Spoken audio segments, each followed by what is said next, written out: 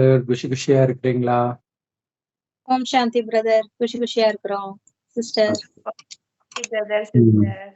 Okay, இன்னைக்கு வந்து சாக்கார முரளி எடுக்கிறோம். முதல்ல சாக்கார முரளி எடுக்கிறோம். நம்ம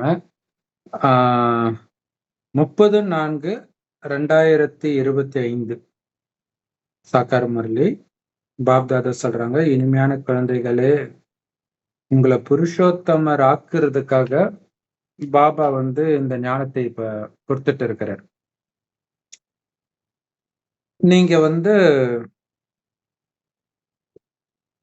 ரொம்ப கீழான பிரஷ்டாச்சாரி மனிதன்ல இருந்து மிக உயர்ந்த புருஷோத்தமராக இப்ப மாறிட்டு இருக்கிறீங்க. அதாவது தேவதைகள் தான் இருப்பதிலேயே மிக உயர்ந்த மனிதர்கள். அவர்களும் மனிதர்கள் தான். அப்படி உயர்ந்தவர்களாக ஆகிட்டு இருக்கிறன்றது ஞாபகம் இருக்கணும். கலியுகத்துல எல்லாம் கீழ் நோக்கி போயிட்டு இருக்கிறாங்க. அதுதான் அந்த சிவனுடைய அடியும் முடியும் யார் ஃபர்ஸ்ட் கண்டுபிடிக்கிறான்னு போட்டி வரும்போது விஷ்ணு கீழ் நோக்கி போறாரு, பிரம்மா மேல் நோக்கி போறாரு. ஏன்னா விஷ்ணு பிறந்த பிறகு நம்ம இறங்கும் கலை தான், இப்பதான் ஏறும் கலை. சோ நம்ம ஏறும் கலையில இருக்கிறோன்றது ஞாபகம் இருக்கணும். அவங்க இறங்குறாங்கன்னு நம்ம இறங்கிடக்கூடாது இல்லையா? அந்த எந்த விகாரம் வந்தாலும் அவங்க இறங்குறாங்க. ஆனா கலியுக புத்தி நமக்கு என்ன சொன்னோம், அதுக்கேற்ற நம்மளும் இறங்குனாதான் வேலைக்கு ஆகும். அப்புறம் முடிஞ்சு போச்சு. இதுலதான் கவனமா இருக்கணும். கேள்வி, இப்ப நாம பண்ற ஒரு முயற்சி தங்க யுகத்துல பண்ண மாட்டோம். அது என்ன முயற்சி? உடல் என்பதை மறக்கும் முயற்சி. அங்க இயல்பாகவே உடல் ஞாபகம் வராது. ஆனா அங்க முயற்சி பண்ண மாட்டோம். இப்ப பண்ற முயற்சியுடைய பலன் அது. உடலையும் மறக்கிறோம், உடலின் உறவுகளையும் மறந்து ஆத்மாபிமானி ஆகிறதுக்கு முயற்சி பண்றோம். தேகத்தை சந்நியாசம் பண்றதுக்கு முயற்சி பண்றோம். தேகன்ற உணர்வே இருக்கக்கூடாது. அப்பதான் இந்த உடலை விட்டு போற அந்த அனுபவம் கூட நமக்கு ஆகாது. அந்த வலி எதுவுமே எப்பயுமே நான் அங்கதானே இருக்கிறேன் அந்த நினைவிலே இருக்கும் இல்லையா? எப்பவுமே அந்த சூக்ஷ்மதனத்திலே இருந்தால் உடலை விட்டு போறது வலியா இருக்காது. சோ அதுக்குதான் கவனம் கொடுத்துக்கிட்டே இருக்கணும்ன்றார் பாபா. அது நினைக்க மாட்டாங்க, ஆனா இயல்பாவே இருக்கும். இப்ப இயல்பாவே நமக்கு உடம்பு ஆண் பெண் அப்படிங்கிற ஞாபகம் இருக்கு. மெனக்கிட்டு நம்ம நினைக்கிறது இல்ல, அது இயல்பாவே உள்ளுக்குள்ள இருக்கு. அது மாதிரி அவங்களுக்கு உள்ளுக்குள்ள வந்துடணும். அந்த அளவுக்கு இப்ப பிராக்டிஸ் பண்றதுலதான் இருக்கு. இப்ப நம்ம பிராக்டிஸ் பண்றதுலதான் இருக்கு. ஒரு ஏதாவது ஒரு ஃபங்க்ஷன் வைக்கிறாங்க அப்படின்னா ரிஹர்சல் பார்ப்பாங்க. நாடகம், டான்ஸ் எல்லாமே அந்த இடத்துல போய் பார்ப்பாங்க. அப்பதான் அந்த இடத்துக்குள்ள எப்படி பண்றது அப்படின்ட்டு ஒரு தடவை ரிஹர்சல் பார்ப்பாங்க. ஆனா நம்ம இறந்த பிறகு என்ன பண்ணணும்ன்றதுக்கு பல கோடி தடவை ரிஹர்சல் பாக்குறோம். இப்ப இதுல அலட்சியமா இருந்தா அங்க பயந்துரும். ஐயோ அடுத்தது என்ன பண்றது? ஏன்னா இது பயங்கரமான இப்ப ராக்கெட்டே வந்து இங்க எந்த அளவுக்கு ஃபோர்ஸா வெடிச்சு கிளம்புதோ அப்பதான் அது மேல போகும். இங்க ஃபோர்ஸ் இல்லைன்னா போகாது. அப்ப இங்க இருந்து ஃபோர்ஸா போகணும்னா இப்போத்துல இருந்தே அந்த பயிற்சி இருந்துகிட்டே இருக்கணும். ஆத்மா நான் போறேன், வீட்டுக்கு போறேன், சொர்க்கத்துக்கு போறேன், இது இருந்துகிட்டே இருக்கணும்ன்றார். ஒரு நொடியில மேல வந்துடணும் பரந்தாமத்துக்குன்னு பாப்தாதா ட்ரில் எல்லாம் கொடுத்திருக்காரு இல்லையா? மெதுவா இப்பல இருந்து இதை தாண்டி போறேன், அதை தாண்டி போறேன்லாம் நினைச்சிருக்க கூடாது. ஒரு செகண்ட்ல நினைச்ச உடனே நம்ம பரந்தாமத்தை நினைச்சிடணும். அப்பதான் அந்த ராக்கெட் வேகம். கரெக்ட். பிரம்மகுமாரி சென்டருக்கு முதல்ல போகும்போது அப்படி சொல்லி கொடுப்பாங்க. வண்டி ஓட்டும் போது முதல்ல ஸ்லோவா ஓட்ட கத்து கொடுப்பாங்க. அதுக்காக அவன் கடைசி வரைக்கும் ஸ்லோவா ஓட்டினா இல்லையா? ஒரு செகண்ட் தான் அங்க போயிடணும். அவ்வளவு அதான பக்தியில நாராயணா நாராயணான்னு வேறு சொர்க்கத்துல இருப்பார். அடுத்த நாராயணன் வேறு கைலாயத்துல இருப்பார், பூமியில இருப்பார். உண்மையில அந்த திருலோக சஞ்சாரி நாம தான். தங்க யுகத்துல முயற்சியே இல்லாமல் சரீரத்தை விடுவோம். மரணத்தின் பொழுது சொல்றாரு. எந்த கடின உழைப்பும் இருக்கு, அப்படியே ஜாலியா போவோம் இந்த உடலை விட்டு. அதுக்கு இப்ப நாம வந்து பயிற்சி பண்றோம். என்ன பயிற்சி பண்றோம்? நான் ஆத்மா தான் முக்கியம். அதான மூல மந்திரம் பக்தி மார்க்கத்திலே. ஓம் நான் ஆத்மா. இப்ப நாம ஆத்மான்றதை எந்த அளவுக்கு பயிற்சி பண்றோமோ அந்த அளவுக்கு பக்தர்களும் ஓம் ஓம்னு சொல்லிட்டு இருக்கிறாங்க. இந்த பழைய உலகத்தையும் பழைய உடலையும் நீங்க விட்டுட்டு புது உடலை எடுக்கணும். புது உலகத்துலதான் எடுக்கணும். அப்ப பழைய உலகத்தை திரும்பி பார்க்க கூடாது. பழைய உலகமே நம்ம பொறுத்த வரைக்கும் இல்லை. சோ அதனாலதான் பைபிள்ல ஒரு கதையில பாத்தீங்கன்னா அந்த லோத்து இருக்கிற ஊரையே கடவுள் எரிக்கிறார், பாவம் அதிகமாயிடுச்சுன்ட்டு. லோத்து குடும்பம் மட்டும் கடவுளுக்கு பயந்த குடும்பம். அதனால என்ன சொல்றாருன்னா, திரும்பி பார்க்காம உன் குடும்பத்தாரோட போ அப்படின்ட்டு. அவங்க மனைவி திரும்பி பார்த்துருவாங்க, சுண்ணாம்பு கல்யாணம் நின்றுடுவாங்க. அதே மாதிரி இந்துக்கள் கூட சுடுகாட்டுல புதைக்கும் போது கொல்லி வச்சுட்டு திரும்பி பார்க்காம போகணுவாங்க. இல்லைன்னா கூடவே வந்துடுச்சுன்னா, அந்த மாதிரி நாம திரும்பி பார்க்காம போகணும். இங்க இருக்கிறவங்க கூட வரப்போறது இல்ல. ஆனா அவங்க புடிச்சிட்டு உங்களை விட மாட்டாங்க. அதுக்குதான் திரும்பி பார்க்காம போறது. அந்த ஆத்மா குடுத்துட்டு ஆவி. ஆக்சுவலா சாவு வீட்டுக்கு சொல்லிட்டு வரக்கூடாதுன்னு சொல்லுவாங்க இல்லையா? ஆமா ஆமா சாவு வீட்டுக்கு போனா சொல்லிட்டு திரும்பி வரக்கூடாது. வரேன்னு சொல்லக்கூடாது. ஆஹ் இப்ப திரும்பி வரேன்னு சொல்லிட்டா அந்த பேய் ஓகே இவன் அடிக்கடி வருவான் போல இருந்து இவன் உடம்புல பூந்துச்சுன்னா செம. ஆஹ் தங்க யுகத்துல இந்த பயிற்சி பண்ண தேவையில்லை. அதனால இப்ப அந்த சொர்க்கம் மட்டும்தான் உங்க கண்ணுல தெரியணும், ஆத்மா மட்டும்தான் கண்ணுக்கு தெரியணும். 2 நாள் முன்னாடி மூட புத்தி உடையவர்கள் தேகதாரிகளை நினைச்சிட்டு இருப்பாங்க. தங்க புத்தி உடையவர்கள் ஆத்மான்னு உணர்ந்து பரமாத்மாவை நினைப்பாங்கன்ற இல்லையா? சோ பாபா அந்த மாதிரி கடினமான வார்த்தையை பயன்படுத்துறதுக்கு காரணம் என்னன்னா, வைராக்கியம் வரணும் அப்படிங்கிறதுக்காக. இன்னொன்னு சொல்லியிருந்தாரு, பாபாவை நினைக்கலனால நீங்க பாவம் செய்றீங்கன்னாரு. இன்னும் ஒருபடி மேல போய் பாபாவுக்கு பதில் வேற யாரையாவது நினைக்கிறீங்கன்னா நீங்க விபச்சாரம் பண்றீங்கன்ட்டாரு. ஏன்னா பாபா இவ்வளவு மோசமான வார்த்தை. ஏன்னா அவர் இச்சையா ஒரு பொண்ணை பார்த்தா விபச்சாரம் பண்ணிட்டேன்னு இயேசு சொன்னாரு. இங்க இச்சையா நினைக்கிறது இல்ல, சும்மா நினைச்சாலும் நீ பண்றதுக்கு பேரு விபச்சாரன்ட்டு. எப்படி நம்மள வைராக்கியம் நமக்கு பிரியதர்சன், உண்மையான பிரியதர்சன் அவர்தான்.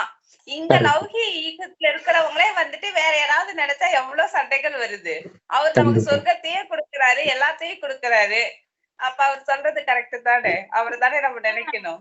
கரெக்ட். பரசுராமன் கதையில வெளிப்பட்டிருக்கு. பரசுராமன் கதையில பரசுராமனோட அம்மா பானை செய்வாங்கல்ல, தினம் தினம் போய் பானை செஞ்சுதான் தண்ணி புடிச்சு கொண்டு பரசுராமன் அம்மா தானே அந்த கதை. அவங்க பேரு வைஷ்ணவி தானே?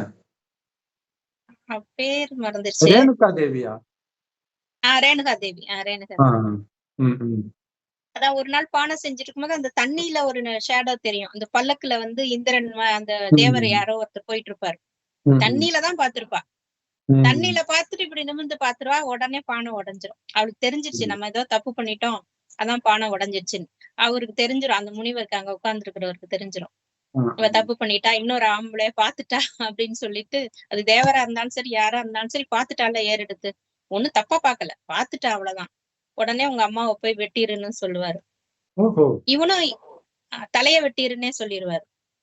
வெட்டி கொண்டு வான்ற மாதிரி ஏதோ அவர பையனே கூப்பிட்டு சொல்லிடுவாரு.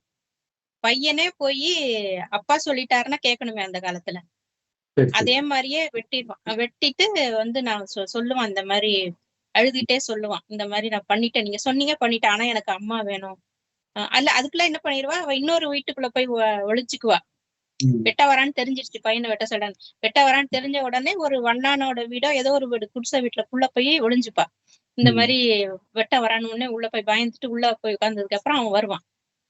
வெட்டின உடனே அந்த அந்த அம்மா குறுக்க தடுக்க வர அந்த அம்மாவும் வெட்டிடுவான், அந்த வீட்டம்மா. அப்புறம் தான் அப்பா கிட்ட போய் அழுவான், இந்த மாதிரி நான் பண்ணிட்டேன், எனக்கு 2 பேரோட உயிரும் வேணும், எப்படியாவது கொடுங்கன்ன உடனே சரி அம்மா தலைய ஜாயின் பண்ணி வச்சுட்டு தண்ணி தெளிச்சின்னா உயிர் வந்துரும் அப்படிம்பாரு. ஒரு தண்ணியை கொடுப்பாரு, அவரு தியான பலத்தால உருவாக்குன தண்ணி. அதே மாதிரி ஒட்ட வைக்கும் போது என்ன செஞ்சிருவான், மாத்தி ஒட்ட வச்சிருவான். அந்த அம்மாவோட தலையும் இந்த அம்மாவோட உடம்பும் சேர்த்து மாத்தி மாத்தி ஒட்ட வச்சிருவான். ஆனா வந்துரும், உயிர் வந்துரும் 2 பேருக்குமே. அந்த ஞாபகம் அதுக்கப்புறம் அம்மன் ஆயிடுவாங்க.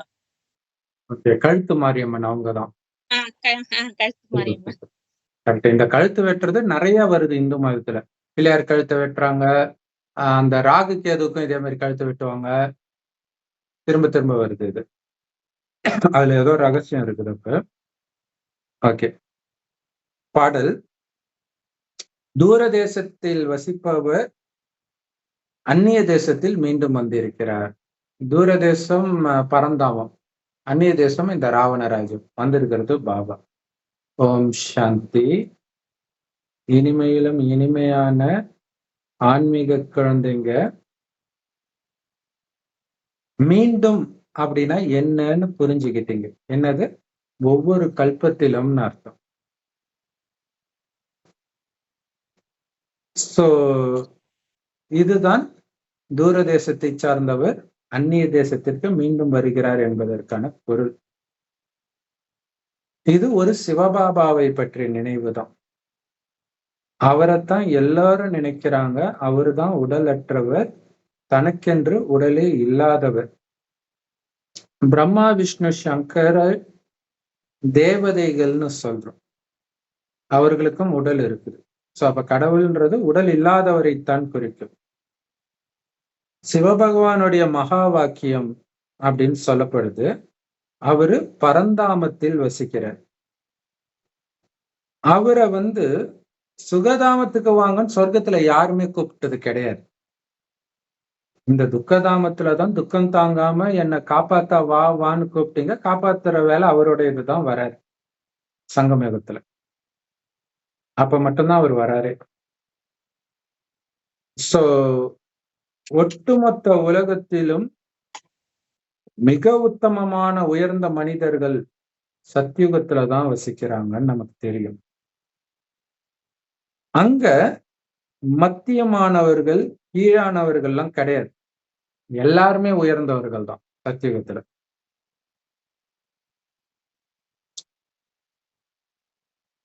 லக்ஷ்மி நாராயணன் தான் மனிதர்களிலே உத்தம புருஷர்கள். ஆனால் அந்த உத்தமமான ஸ்ரீ கிருஷ்ணரையும் ஸ்ரீ லக்ஷ்மியையும் மாற்றியவர் தான் ஸ்ரீ ஸ்ரீ சிவபாபா.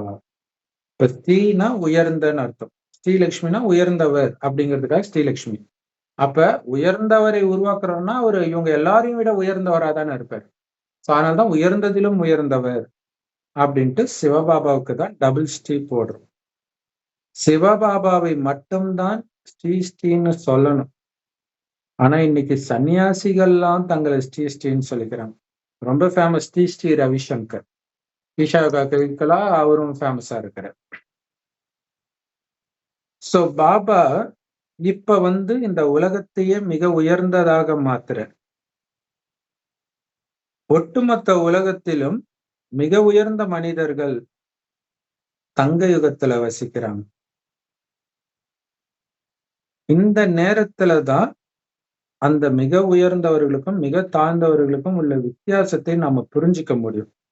சத்தியுகத்துல தெரியாது, தாழ்ந்தவர்கள் வருவாங்க இனிமேல்ட்டுன்னு தெரியாது. கலியுகத்துல ஒரு காலத்துல அப்படி இருந்தாங்கன்னு தெரியாது. ஆரம்பத்துல இருந்தே எல்லா விகாரமும் இருக்கதான் செய்யுது. ராமாயணம், மகாபாரதம், பைபிள், குரான் எல்லாத்துலயும் அப்படித்தானே இருக்குது. அப்படி புரிஞ்சுக்கிறாங்க.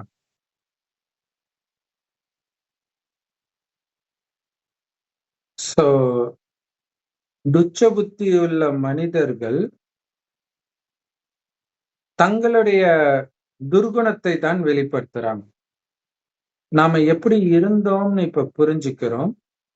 இப்ப மீண்டும் அதே மாதிரி சொர்க்கத்தில் வசிப்பதற்கு தகுதி வாய்ந்த உத்தம புருஷர்களாக நாம மாறிட்டு இருக்கிறோம். எங்க? இந்த சங்கம யுகத்துல. இந்த பழைய உலகம் கண்டிப்பாக புதியதாக ஆகிடும் அப்படின்னு பாபா உத்தரவாதம் கொடுக்கிறார். பழைய உலகம் கண்டிப்பாக புதியதாகும், புதிய உலகம் கண்டிப்பாக பழையதாகவும் ஆகிதான் தீரணும். அதனால இப்ப கிறிஸ்தவ மதத்துல இறந்தவர்கள் மீண்டும் உயிர்த்தெழுப்பப்படுவார்கள் இறுதியில் அப்படின்னு உடனே அவங்களுக்கு ஒரு சந்தோஷம். அப்படி நினைச்சுக்கிறாங்க. ஆனா கெட்டவங்க மட்டுமா எழுங்க போறாங்க?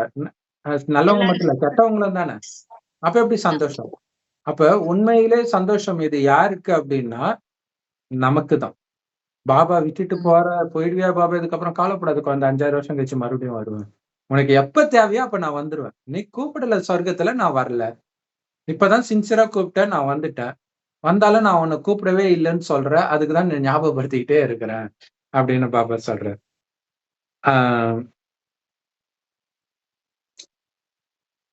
2500 வருஷமா கூப்பிட்டுட்டு தான் இருக்கோம். அது எப்ப அந்த சவுண்ட் ரொம்ப வைப்ரேஷன் ஜாஸ்தி ஆகுமோ அப்பதான் அவரை பிடிச்சி இழுக்குது, வராது கடைசி 100 வருஷம். கண்டிப்பா. இதுதான் ஆச்சரியம். அங்கேயே கேட்டுருச்சு பிள்ளை இருக்கு பரந்தாமத்திலே. ஆக்சுவலா அங்க கேட்காது, ஆனா அவருக்கு தோணுது, வராரு. தோணுது.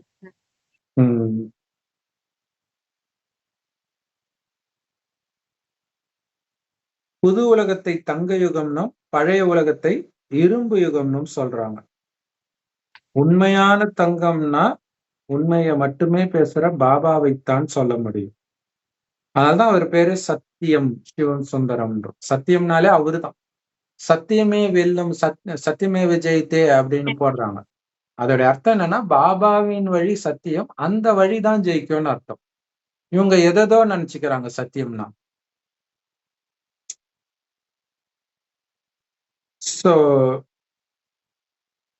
அவர்தான் சத்தியமானவர். அவர் சொல்வதெல்லாம் சத்தியம் மட்டுமே. மற்றபடி கடவுள் எங்கும் நிறைந்தவர்னு சொல்றது பொய். அது உண்மை கிடையாது. பொய்யான விஷயத்த கேட்காதீங்க, பார்க்காதீங்க அப்படிங்கிறதும் இப்போதைய விஷயம்தான்.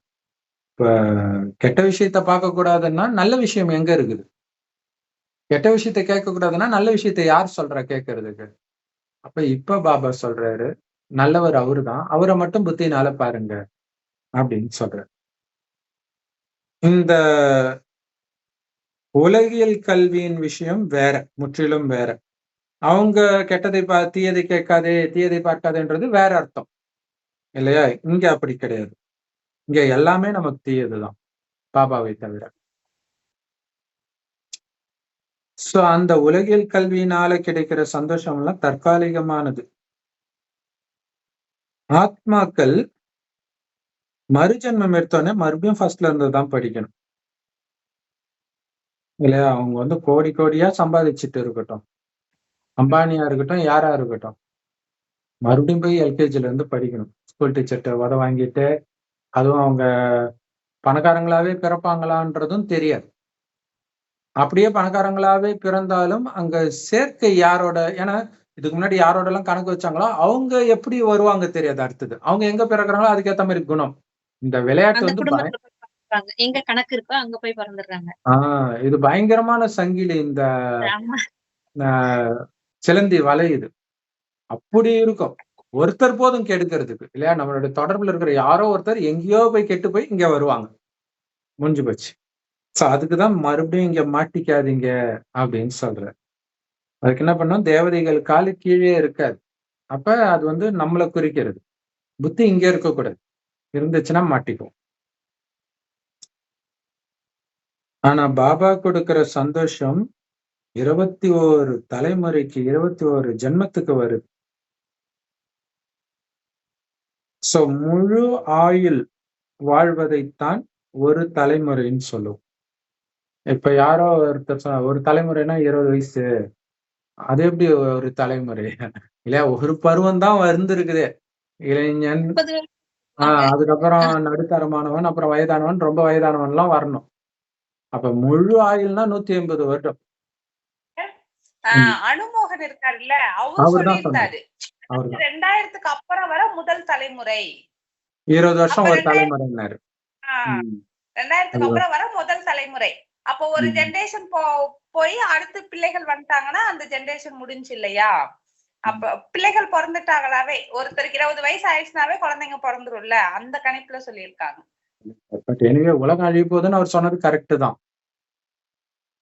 அதுதான் பிரதர், இந்த உலக அழிவு ஒவ்வொருத்தரும் ஒவ்வொரு அனுமானத்துல சொல்லிட்டு இருக்காங்க. ஆனா கரெக்டா சொல்றாங்க. தானே வருது. கரெக்ட். இயேசுவின் 2ஆம் வருகை, இவரு சொல்றதாகட்டும், சித்தர்கள் எழுதியிருக்காங்க, எல்லாம் ரிலேட்டடா இருக்கு. அதை கூர்ந்து கவனிச்சோம்னா நமக்கு தெரியும். கல்கி பகவான் எப்ப வருவார்னா எல்லாருமே கெட்டவங்களா மாறும் போதுதான் கடைசியில உலக அழியும், கல்கி பகவான் வருவாருன்னு சொல்லுவாங்க. இப்ப பாபா நம்ம கிட்ட என்ன சொல்லிட்டு இருக்காரு, கடவுளை நினைக்காம உடல்ல நினைக்கிறவங்க அத்தனை பேருமே கெட்டவங்க தான்ன்ற மாதிரி தானே சொல்றாரு. கண்டிப்பா இப்ப அப்படித்தானே இருக்கு. இயேசுவின் 2ஆம் வருகையும் அப்படிதான். எல்லாருமே தான் கடவுள்னு சொல்லிக்குவாங்க, அப்பதான் வருவாரு. பாபாவும் அதான் சொல்றாரு, இங்க நிறைய பாபாக்கள் உருவாக்கிட்டாங்க, ஆனால் உண்மையான அப்பாவை அவங்களால கண்டுபிடிக்க முடியல. எவ்வளவு பெரிய உண்மை இது. சொர்க்கத்துல திடீர் மரணமே வராது. அதனாலதான் முழு ஆயுள் அவங்களால வாழ முடியுது. நோயினாலேயோ ஆக்சிடென்ட்னாலேயோ வெட்டு குத்து தற்கொலை எதுவுமே அங்க நடக்காது. ஆனா இங்க எல்லாமே நடக்குது. திடீர் மரணங்கள் எப்படி வருது? ஞான மார்க்கத்துல கூட இறக்குறாங்க இல்ல. இங்க பாபா குழந்தை ஆகியும் டக்கு டக்கு அம்மாவே சீக்கிரமா தான் இறந்தாங்க. சின்ன வயசுல இறக்குற நியூஸ்லாம் வந்துகிட்டு தான் இருக்கு, பாபா குழந்தைகளே. ஏன்னா இருக்கிறது மரண லோகம்.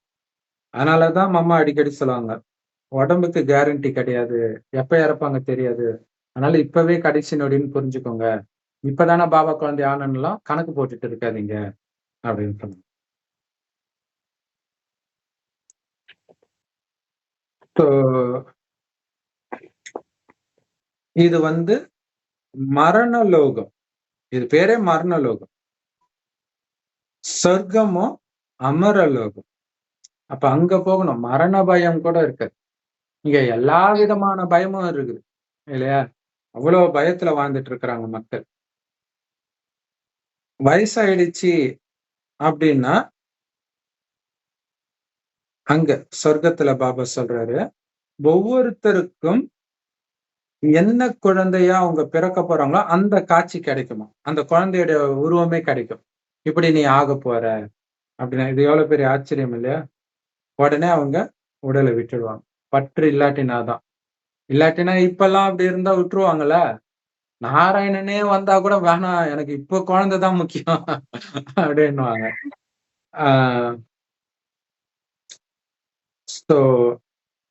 வயோதிக தன்மை முடிந்து அந்த உடலை சந்நியாசம் பண்ணி புது உடலை எடுப்பாங்க. புது உடலை எடுக்கிறது நல்ல விஷயம் தானே. அதனால எங்கேயாவது உட்கார்ந்துகிட்டு குஷி குஷியா சரீரத்தை விட்டுடுவாங்க. ஆனா உடலை அந்த நிலையில விடுவதற்கு முயற்சி இங்க பண்றோம். இப்ப பண்ற முயற்சி அங்க பழக்கமாயிடும். இங்கதான் முயற்சி பண்றோம்.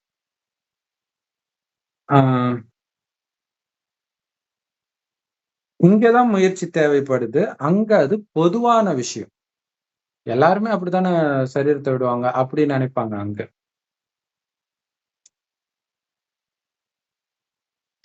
இங்க நீங்க உங்களுடைய சொந்த உடலின் உணர்வு உட்பட அனைத்தையும் மறக்கணும். இந்த உடல் என்னுடையது அப்படிங்கறத மறந்துடணும். கண்ணாடியை பார்த்தா கூட புள்ளி தான் தெரியணும்.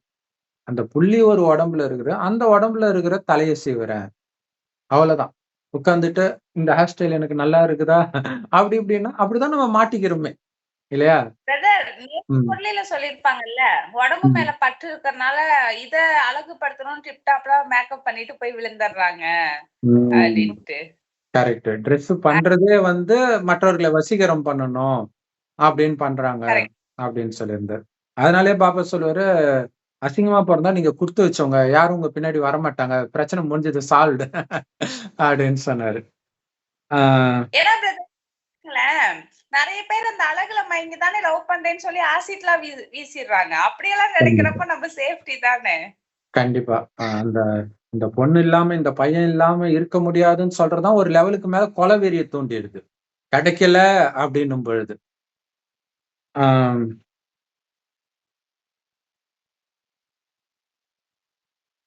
இங்க நீங்க உடல் உணர்வை முற்றிலும் மறக்கணும். உங்களை ஆத்மான்னு உணர்ந்து இந்த பழைய உலகத்தையே விட்டுடுங்க, சந்நியாசம் பண்ணுங்க. சோ அடிக்கடி ராக்கெட் விட்டுக்கிட்டே இருக்கணும். சொயிங்கன்னு ஆத்மா மேல போகுது. அததான் அவங்க பண்றாங்க. வானத்தை கடந்து போகுது, இதை கடந்து போகுது. சோ அதை விஷுவலா எடுத்துட்டு வர வர வர நமக்கு வந்து உடலை விட்டாலே விடுற மாதிரி நினைவு வந்தா கூட நான் மேல வந்துட்டேன் அது உடம்புல இருந்தா கூட சரி மேல வந்துட்டேன்றதான் இருக்கணும். ஒரு மாதாஜி வந்து அவங்க ஊர்ல திடீர்னு ஸ்லைட்டா நிலநடுக்கம் வந்திருக்குது. நைட்டு நடுராத்திரி தமால் இருந்துச்சு, வந்தம் பாபா அப்படின்றாங்களாம். அப்ப அந்த அளவுக்கு எவர் ரெடியா இருக்கணும்.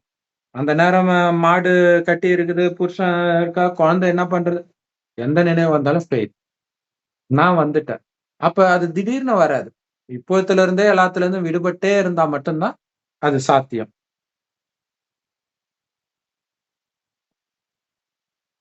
நீங்க இப்ப உடலை இப்ப நீங்க புது உடலை அடைய போறீங்க.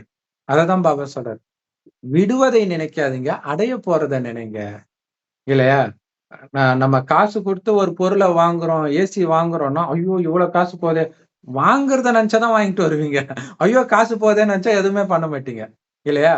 ஆனால் நாம இங்க விடுறது ஒரு பைசாவுக்கு பிரயோஜனம் இல்லாதது, ஆனா கிடைப்பது சொர்க்கம் இல்லையா? ஆத்மாக்களாகிய நாம சதோ பிரதானமாக இருந்த பொழுது அழகிய உடல் நமக்கு கிடைச்சது. ஆனா பிறகு துவாபர யுகத்துல இருந்து எப்ப காமச்சிதையில உட்கார்ந்தீங்களோ அப்பத்துல இருந்து கொஞ்சம் கொஞ்சமாக தமோ பிரதானமாக அசிங்கமாக ஆகி ஆகி அசிங்கமான உடல் தான் அடைஞ்சிட்டு இருக்கிறீங்க. இப்ப மீண்டும் அசிங்கத்துல இருந்து தூய்மையாக ஆகுறீங்க, அழகாக ஆகுறீங்க. இதனாலதான் இதோடைய பேரு ஷாம் சுந்தர். ஷாம்னா கருப்பு, சுந்தர்னா அழகு. இவங்க கருப்பே அழகுன்னு மாத்தி விட்டாங்க. சோ அவ்வளவு அசிங்கமா இருந்தவர் அழகாகிறாரு, ரெண்டுமாகவும் அவரே இருக்கிறாரு அப்படின்னு அர்த்தம்.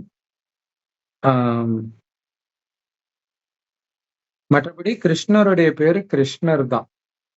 அப்ப எதுக்கு ஷாம் சுந்தர்னு சொல்றாங்க? படங்கள்லயும் கிருஷ்ணரை கருப்பா தான் காட்டுறாங்க. அதோடைய முக்கியத்துவம் என்னன்னு அவங்களுக்கு தெரியல. ஒரு பக்கம் கிருஷ்ணரை மாதிரி அழகே கிடையாதுன்றாங்க. ராமருடைய அழகெல்லாம் யாரும் புகழ்ந்து பாடல குழந்தையா. கிருஷ்ணரை தான் புகழ்ந்து பாடுறாங்க. அப்ப அவ்வளவு அழகானவர் எப்படி கருப்பா இருப்பாருன்னு யாருமே யோசிக்க மாட்டாங்க. நாம தான் புரிஞ்சுக்கிறோம். நாம சத்தியுகத்துல சதோ பிரதானமா இருக்கும்போது அழகாக இருந்தோம். அதான் சுந்தராக இருந்தோம். இப்ப நாம 84 பிறவி எடுத்து தமோ பிரதானமாக அசிங்கமாக ஆகிட்டோம். அந்த சதோ பிரதான தேவதைகள் தான் அனைவரையும் விட உயர்ந்தவர்கள். இந்த தமோ பிரதானமான கலியுகத்தவர்கள் தான் இருப்பதிலேயே தாழ்ந்தவர்கள். பாபா வர்றது இந்த தாழ்ந்த கலியுகத்துலதான் வரார். ஆனாலும் அவர் மேல சின்ன அழுக்கு கூட படல. சதா தூய்மையா இருக்கார். அதான் சதாசிவம். அவருடைய குணம் அப்படியே இருக்கு. சோ ஒரு பாட்டு 2-3 பாட்டு இருக்குது. கடவுள் மனிதனாக பிறக்க வேண்டும், அவன் காதலித்து வேதனையில் வாட வேண்டும், படுவான் துடிதுடிப்பான் பாவி அவன் பெண்ணினத்தை படைக்காமல் நிறுத்தி வைப்பான்ட்டு ஒரு பாட்டு. அதே இன்னொரு பாட்டு கூட காதல் இருக்கும் பயத்தினில் தான் கடவுள் பூமிக்கு வருவதில்லை, மீறி அவன் வந்தால் தாடியுடன் தான் அலைவார் வீதியிலேன்ட்டு ஒரு அஜித் பாட்டு வரும். ஆனால் கடவுள் வரார். அவரு எந்த அளவுக்கு பவர்ஃபுல்லா இருக்கிறாருன்னா அவரு விழாம இருக்கிறது மட்டும் இல்ல, விழுந்து கிடந்தவங்களையும் மாத்திட்டு போறாரு. அப்ப அவங்களுக்கு தெரியல இல்லையா? இந்த பாட்டு போட்டாங்க, இதை ரொம்ப விரும்பி கேட்பாங்க. ஆனா அவங்களுக்கு தெரியல இதுல இருந்து அவர் எப்படிப்பட்டவர், அதனாலதான் அவர் கடவுள். அப்ப அவங்களுக்கு தெரியுது பாத்தீங்களா, கடவுள் இதுல இருந்து விலகி இருக்கிறாருன்னு தெரியுது பாருங்க. வந்துட்டா விழுந்துடுவாரு. அது பாபாவுமே தான் சொல்றாரு இல்லையா, நான் மனுஷனா பிறந்துட்டேன்னா நானும் விழுந்துடுவேன், என்னை யார் காப்பாத்துறதுன்ற. சோ கரெக்டாவும் இருக்குது அது. ஆனா மனித உடலில் வரார், கடவுள் கடவுளாகவே வரார். பிறந்துட்டா எல்லாம் மறந்துட்டா முடிஞ்சு போச்சு. நம்ம கூட ஒருவேளை மறுஜென்மம்னு இல்லைன்னா மேபி அந்த ஞாபகத்துல நல்லவனாவே கூட இருந்திருப்போம். ஆனா வாய்ப்பு இருக்குது. ஆனா 5000 வருஷத்தை ஞாபகம் வச்சுக்க முடியாது இல்ல. இப்பவே ரொம்ப நாள் வாழ்ந்த மாதிரியே இருக்குது இல்லையா? எனக்கு 30 வயசுல தோணுச்சு, நம்ம ரொம்ப நாளா இருக்கிற மாதிரியே இருக்குது அப்படின்னு தோணுச்சு. அப்ப 5000 வருஷம்லாம் இருந்தா என்ன வருது?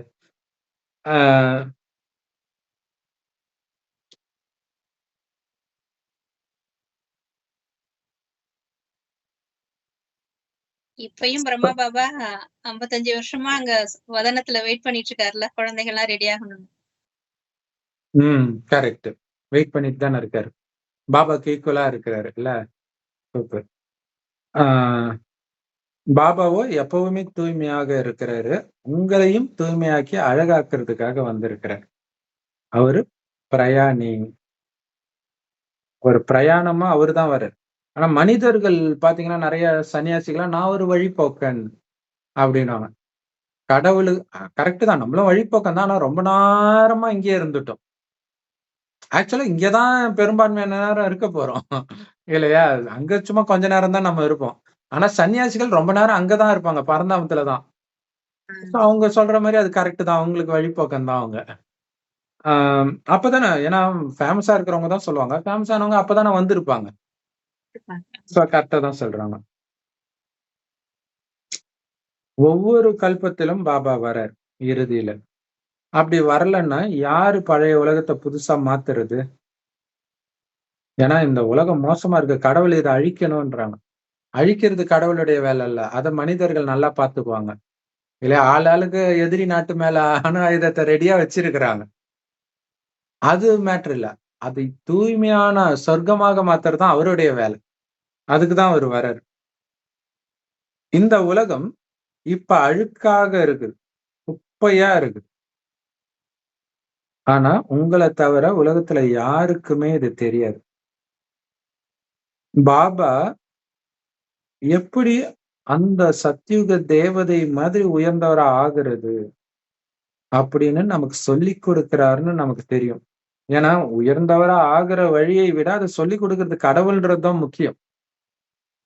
இல்லைன்னா சந்தேகம் வந்துடும் இல்லையா? இதுல என்ன ஒரு ஆச்சரியம்னா, பாபா கடவுளே சொல்லி கொடுக்கிறாரு, ஞானத்தை கேட்டு நிச்சய புத்தி எல்லாம் வந்துட்டு ஏதோ ஒரு டைம்ல கடவுள் தான் சொல்றாரான்னு எனக்கே டவுட்டா இருக்குதுன்னு சொல்றவங்களாம் இருக்கிறாங்க. ஆனா மனிதர்களே இது புக்கை படிச்சுட்டு கிறிஸ்டியன்ஸும் முஸ்லிம்ஸும் என்ன அசைக்க முடியாத நம்பிக்கை. நம்ம ஞானத்தை சொன்னா, ஏய் நீ சாத்தான்டான்றாங்க, நீ தாண்டா அந்தி கிறிஸ்து, ஏற்கனவே போட்டிருக்கடான்றாங்க. பாரு, அவங்க கிட்ட வைராக்கியத்தை நம்ம கத்துக்கணும் இல்லையா? நிச்சய புத்தி அவங்க மதத்து மேல, அது பைபிள் மேல. பெரிய விஷயம் தானே. சரி,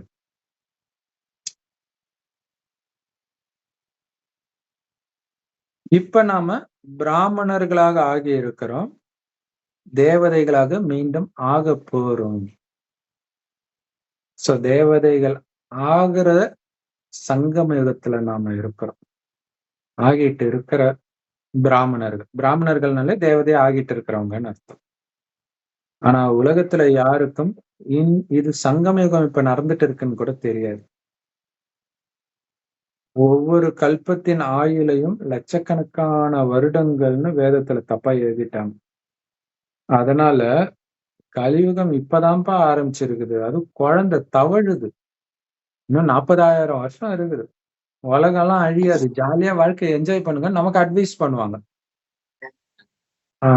சிஸ்டர் மியூட்ல போட்டிருக்கு, நீங்க பேசுறது கேட்கல.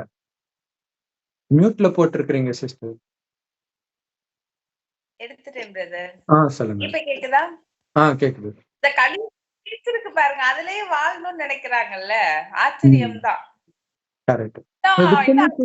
இல்ல என் ஃப்ரெண்டு கிட்ட கேக்குறேன், ஏய் இது கஷ்டமான உலகம் தானடா, இது நரகம் தானடா, அதெல்லாம் நம்ம எடுத்துக்கிறத பொறுத்துன்றோம்.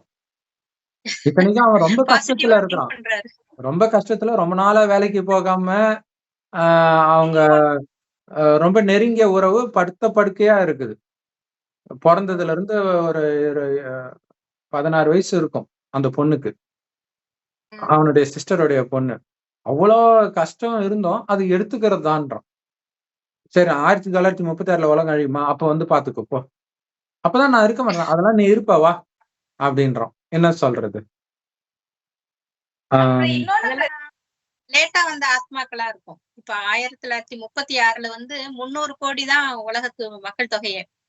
இப்ப 850 கோடி ஆயிடுச்சுல. அப்ப எத்தனை ஆத்மாக்கள் புதுசா வந்திருக்கு பாருங்க இந்த 90 வருஷத்துக்குள்ள.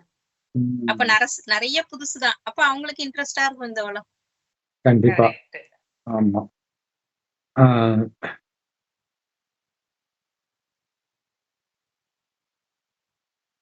அதனால கலியுகத்துலதான் வந்துட்டு நல்லதெல்லாம் கெட்டதாவும், கெட்டதெல்லாம் நல்லதாவும் தெரியும். அப்ப நம்ம ஞானம் கொடுக்குறோம், அது யாருமே ஏத்துக்கலைனாலே நம்ம கண்டுபிடிச்சிடறோம் நம்ம கரெக்டான வழியில தான் போயிட்டு இருக்கோம்ட்டு. பட் எல்லா பக்தி மார்க்கத்தையும் மதத்தையும் எல்லாருமே ஏத்துக்கிறாங்கல்ல, அக்செப்ட் பண்ணிக்கிறாங்க. இதுக்கு மட்டும் அவ்வளவு இருக்காங்க அப்படின்னா நம்ம கரெக்டான வழியில தான் போயிட்டு இருக்கோம். கண்டிப்பா. இத்தனைக்கும் இப்ப நம்ம முஸ்லிம்க்கு ஞானம் சொன்னா அல்லாஹ் சொல்றாருன்னு தான் சொல்றோம், இப்பயும் அவங்க ஏத்துக்க தயாரா இல்ல. இந்துக்கள் கிட்ட சிவன் சொல்றாருன்னு தான் சொல்றோம், முஸ்லிம் கிட்ட சொன்னா நம்மள சங்கின்னு கூப்பிடுறாங்க, இந்துக்கள் கிட்ட சொன்னா நீ வந்து கிறிஸ்தவ கைக்கூலின்றாங்க. எல்லாரும் மாத்தி மாத்தி திட்டதான் செய்யறாங்க. சரி, இப்பதான் கலியுகம் ஆரம்பிச்சு இருக்குன்னு நம்புறாங்க. ஆனா நாம புரிஞ்சுக்கிறோம், நாம மிக உயர்ந்தவராக ஆகிறதுக்காக பாபா கிட்ட வந்திருக்கிறோம். இந்த கலியுகத்தின் அழுக்கான மனிதன்ல இருந்து தங்க யுகத்தின் தூய்மையான தேவதை ஆகிறதுக்காக வந்திருக்கிறோம் அப்படின்னு புரிஞ்சுக்கிறோம்.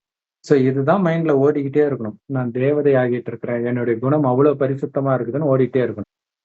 சோ சீக்கிய தர்ம சாஸ்திரமாகிய கிரந்தத்துல கடவுள் அழுக்கு துணிகளை தோய்த்தாருன்னு எழுதப்பட்டிருக்கு. இந்து மதத்திலுமே வண்ணானாக கடவுள் வந்தாருன்ட்டு ஒரு கதை இருக்குது இல்லையா? ஆனா கிரந்தத்தை படிக்கிறவங்களுக்கு கூட அது புரியாது. ஆத்மாவை தான் அங்க துணின்னு சொல்றாங்க, ஆத்மாவை தான் துவைக்கிறாரு அப்படின்னு அவங்களுக்கு தெரியாது. சோ பாபா இப்ப வராரு, உலகத்துல உள்ள அத்தனை ஆத்மாக்களையும் தூய்மையாக்குறாரு. தானா மாறிட்டா பிரச்சனை இல்லை, இல்லாட்டா அடிச்சு உதச்சுதான் துவைப்பாரு. இல்ல சில அழுக்கு அப்படித்தானே, அதுவுமே பாபா சொல்லியிருக்கிறாரு. சில இது அடிச்சு துவைச்சு கீஞ்சு போயிடுதுன்றாரு. அந்த அளவுக்கு அடிச்சு துவைக்கிறாரு பாபா.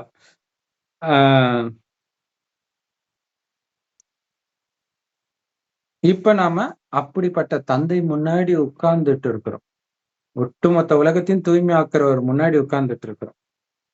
குழந்தைங்களுக்கு புரிய வைக்கிறார். படைப்பவர் மற்றும் படைப்பின் ஞானம் வேற யார்கிட்டயுமே கிடையாது. பாபா தான் ஞான கடலாக இருக்கிறாரு, சச்சித் ஆனந்த சொரூபமாகவும் இருக்கிறார். அவரு ஜென்மம் மறு ஜென்மத்திற்கு அப்பாற்பட்டு இருக்கிறார். சோ பிறக்கவே இல்லைன்னா இறப்பும் கிடையாது, ஜென்மம் மரணத்துக்கு விலகி இருக்கிறார்.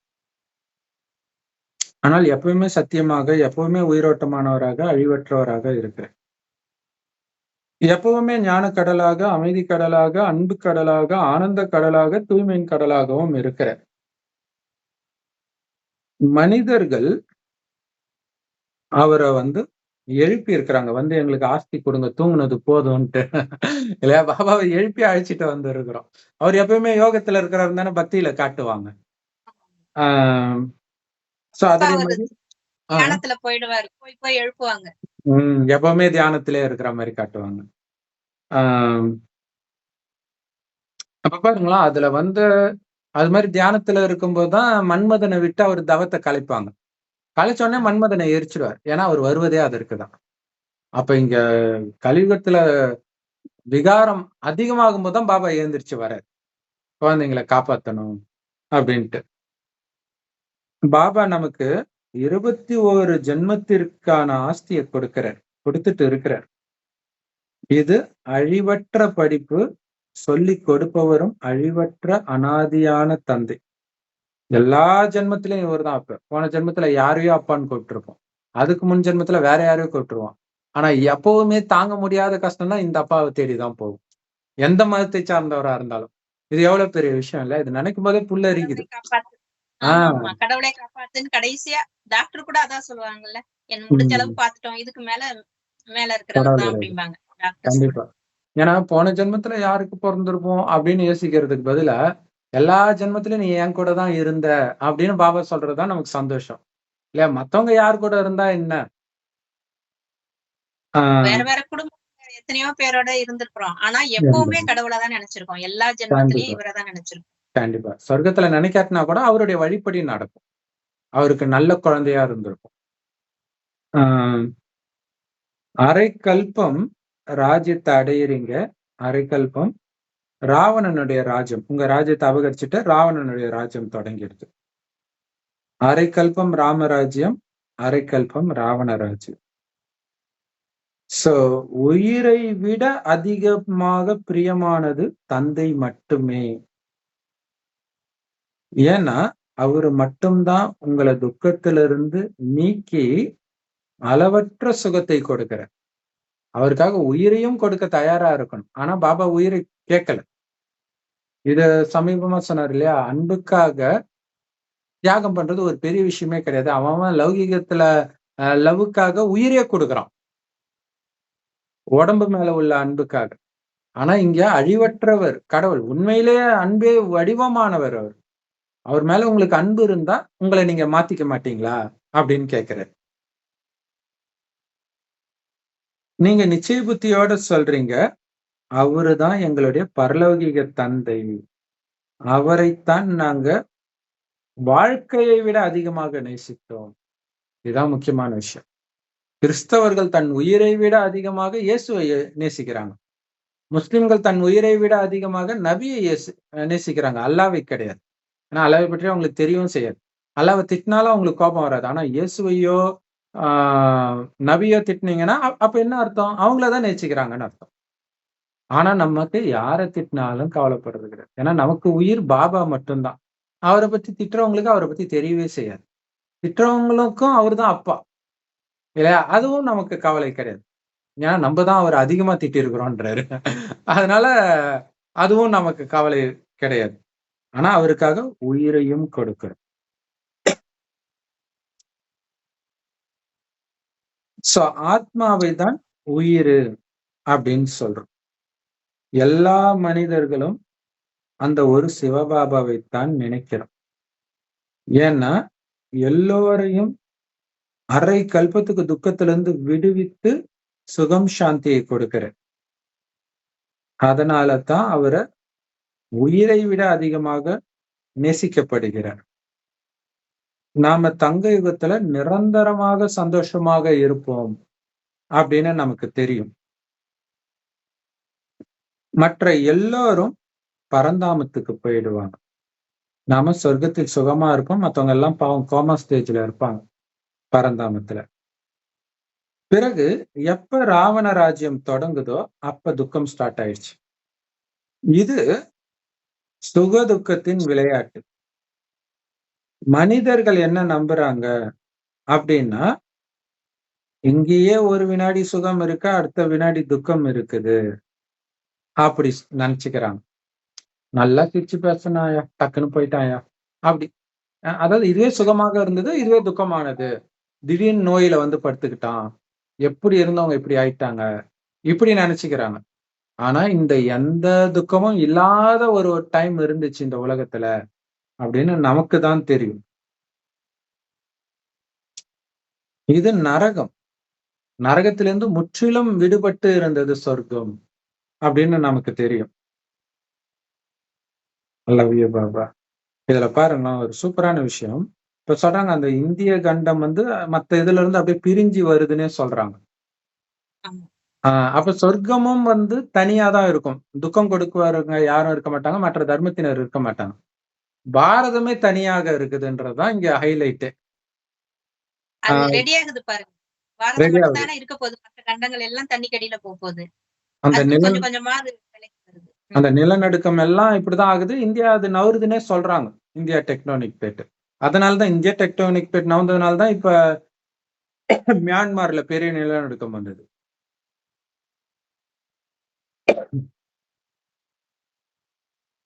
சோ ராமராகிய சிவத்தந்தை தான் நமக்கு சொர்க்கத்தை ஸ்தாபனை பண்றார். ராவணன் நரகத்தை ஸ்தாபனை பண்றான். அது துக்கம் கொடுப்பதற்காகவே பிரத்யேகமாக பார்த்து பார்த்து வடிவமைக்கப்பட்டது நரகம். அதனாலதான் அதை படைச்சவனுடைய உருவபொம்மைய வருஷம் வருஷம் எரிக்கிறாங்க. ஆனா ஏன் அவனை எரிக்கிறாங்க, அவன் யாரு அல்லது அவன் என்ன, எதுவுமே யாருக்கும் தெரியாது.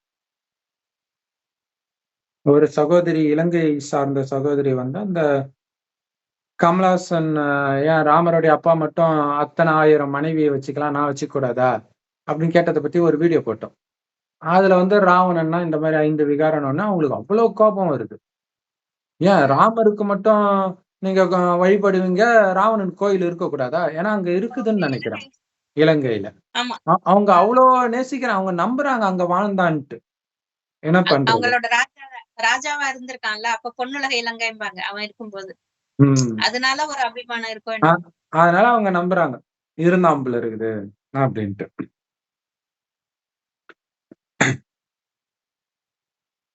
சோ அவங்களுக்கு ஒண்ணுமே தெரியாம லட்சக்கணக்குல கோடிக்கணக்குல செலவு பண்ணி உருவ பொம்மைய தயாரிச்சு எரிக்கிறாங்க.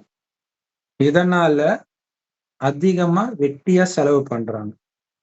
அதுக்கு நிறைய கதைகளை வேற சொல்றாங்க. சீதா தேவி ராமருடைய மனைவிய ராமருடைய மனைவியாகிய சீதையை ராவணன் கடத்திட்டான்றாங்க.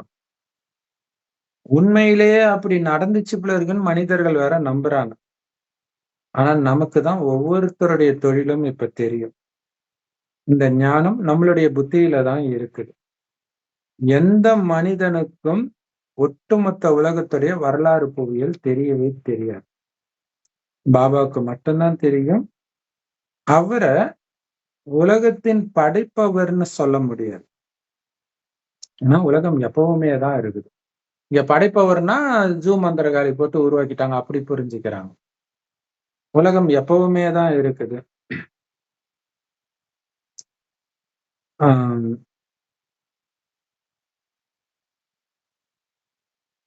மனிதர்கள்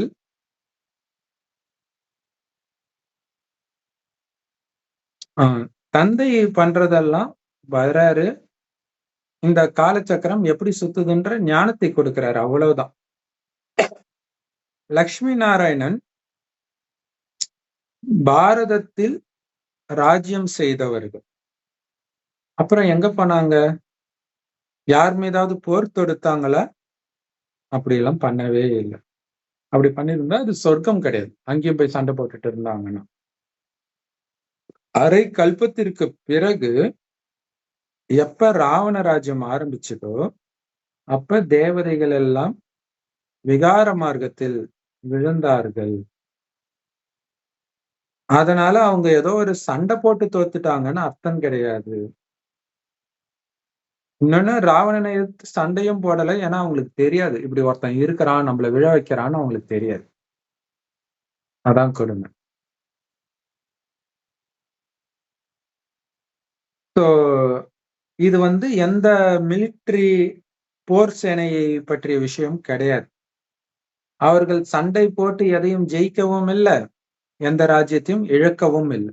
சண்டை போட்டு யாரும் அவங்க கிட்ட சண்டை போட்டு ராஜ்யத்தை அபகரிக்கல. விகாரத்துல விழுந்தாங்க, இழக்கிறாங்க.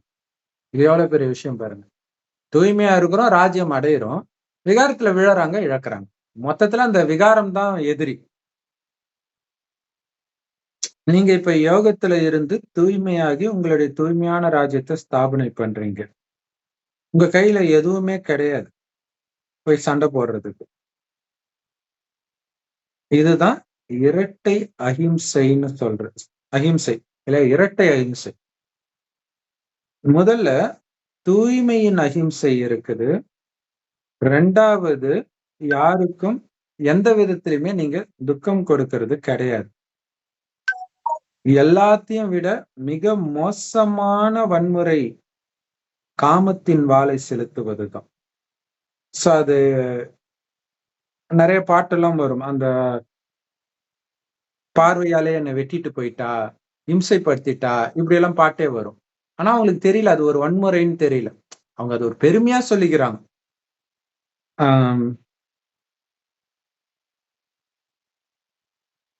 அப்ப இந்த காமவாளை செலுத்துறதன் மூலமாகத்தான் எப்ப காமத்தில் விழுந்தார்களோ அப்ப தொடங்கி இறுதி வரைக்கும், உடலை விட்டு உயிர் பிரிகிற வரைக்கும் துக்கமே துக்கம்தான். அது துவாபர யுகத்துல இருந்தனும் சொல்லலாம், அல்லது ஒரு தனி மனித வாழ்க்கையிலுமே சொல்லலாம். எப்ப அவனுக்குள்ள காமம் காதல் வந்துச்சோ அதோட முடிஞ்சு போச்சு அவனுடைய வாழ்க்கை. துக்கமே துக்கம்தான். ஏன்னா அந்த காதல் மயக்கத்திலேயே ஒழுங்கா படிக்காம வாழ்க்கையே போகுது இல்ல. ஸ்கூல்ல லவ் கூட பண்ண மாட்டாங்க. அவன் என்ன பாக்குறான், அவன் என்ன பாக்குறான், அந்த மயக்கத்திலே போச்சு ஃபுல்லா. எல்லாத்தையும் இழப்பாங்க. அதுக்கப்புறம் நான் அப்பெல்லாம் எவ்வளவு நல்லா படிச்சேன்னு தெரியுமா, ஒரு பொண்ணு பின்னாடி சுத்தி எல்லாத்தையும் இழந்துட்டேன். அதை வெளியும் சொல்ல மாட்டாங்க. ஆனா முடிஞ்சு போச்சு. அவங்களே கல்யாணம் பண்ணிக்காதீங்கன்னு சொல்றாங்க. ஏன்னா அவங்க பண்ண அனுபவத்துல நிறைய பேர் வேணாம், லவ் பண்ணிடாதீங்க, கல்யாணம் பண்ணிடாதீங்க அப்படின்னு சொல்றாங்க. சொன்னாலும் யாரும் கேட்க போறது கிடையாது. அவனே விழுந்தாதான் திருந்துவான். ஆனா அப்ப அவனாலையும் சொல்லவும் முடியாது. இதுதான் ராவணனுக்கு பிளஸ் பாயிண்ட். எப்ப ராவண ராஜ்யம் தொடங்குதோ அப்ப துக்கமும் தொடங்குது, பக்தியும் தொடங்குது.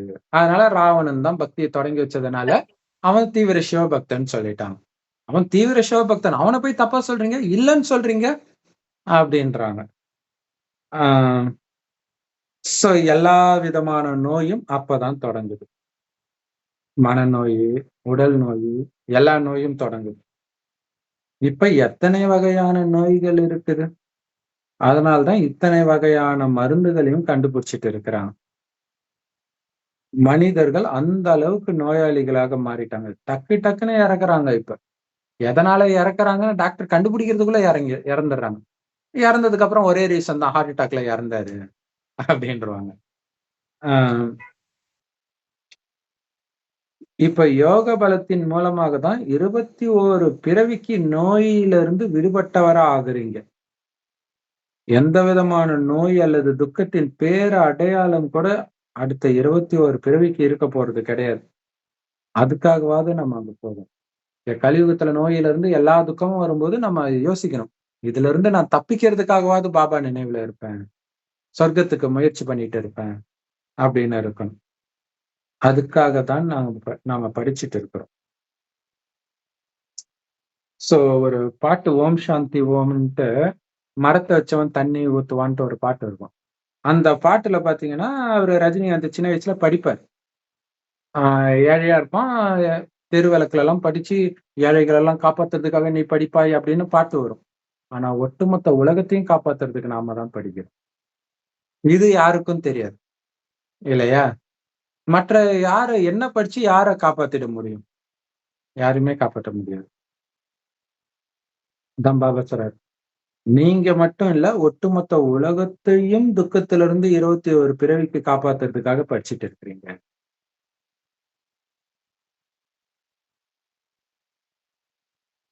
கடவுள் உங்களை பகவான் பகவதி ஆக்குறதுக்காக படிப்பு சொல்லி கொடுத்துட்டு இருக்கிறாருன்னு புரிஞ்சுக்கிறீங்க. அதே நேரத்தில் இது ரொம்ப ரொம்ப ஈஸியான படிப்பு. ஸ்கூல் படிப்புக்கு ஒப்பிடும்போது இதெல்லாம் ஒரு கஷ்டமா? இன்னும் கேட்டீங்கன்னா எல்கேஜி படிப்பு கூட இதோட கம்பேர் பண்ணும்போது கஷ்டம்தான் இல்லையா? இங்க அப்படிலாம் எதுவுமே கிடையாது. ரொம்ப ரொம்ப ஈஸி. பாபாவை நினைங்க, ஆத்மான்னு உணருங்க, அவ்வளவுதான். சோ 1/2 மணி நேரத்துல 3/4 மணி நேரத்துல முழு காலச்சக்கரத்தின் ஞானத்தையும் சொல்லிடுறாரு. இவ்வளவுதான் உலகத்தின் வரலாறு புரியலன்னு சொல்லிடுறாரு. இப்ப யாரு முழுசா 84 பிறவி எடுத்திருக்கிறாங்கன்னு உங்களுக்கு தெரியும். கடவுளே நமக்கு இந்த ஞானத்தை கொடுத்துட்டு இருக்கிறார். அவரு நிராகாரராக இருக்கிறாரு. அவருடைய உண்மையான பேரு சிவன். அவருதான் அனைவருக்கும் நன்மை செய்பவர், அனைவருக்கும் சத்கதி கொடுக்கிறார். மிக உயர்ந்த தந்தை நம்மையும் அவருக்கு சமமாக மிக உயர்ந்தவர்களாக மாத்துறார். கடவுளா கிடையாது, ஆனா அவருக்கு சமமா உயர்ந்தவரா மாத்துறார். அதனால உயர்ந்த மனிதர்களாக மாத்துறார். கடவுளா ஆக முடியாது. அவருக்கு ஈக்குவலா தூய்மை ஆகலாம். அது அங்க போற வரைக்கும், போனதுக்கு அப்புறம் இறங்க ஆரம்பிச்சிடும். பாபா நமக்கு ஞானத்தை கொடுத்து புத்திசாலியாக்கி சொல்றாரு, நீ போய் மற்றவர்களுக்கும் ஞானத்தை கொடுத்து புத்திசாலியாக்கு.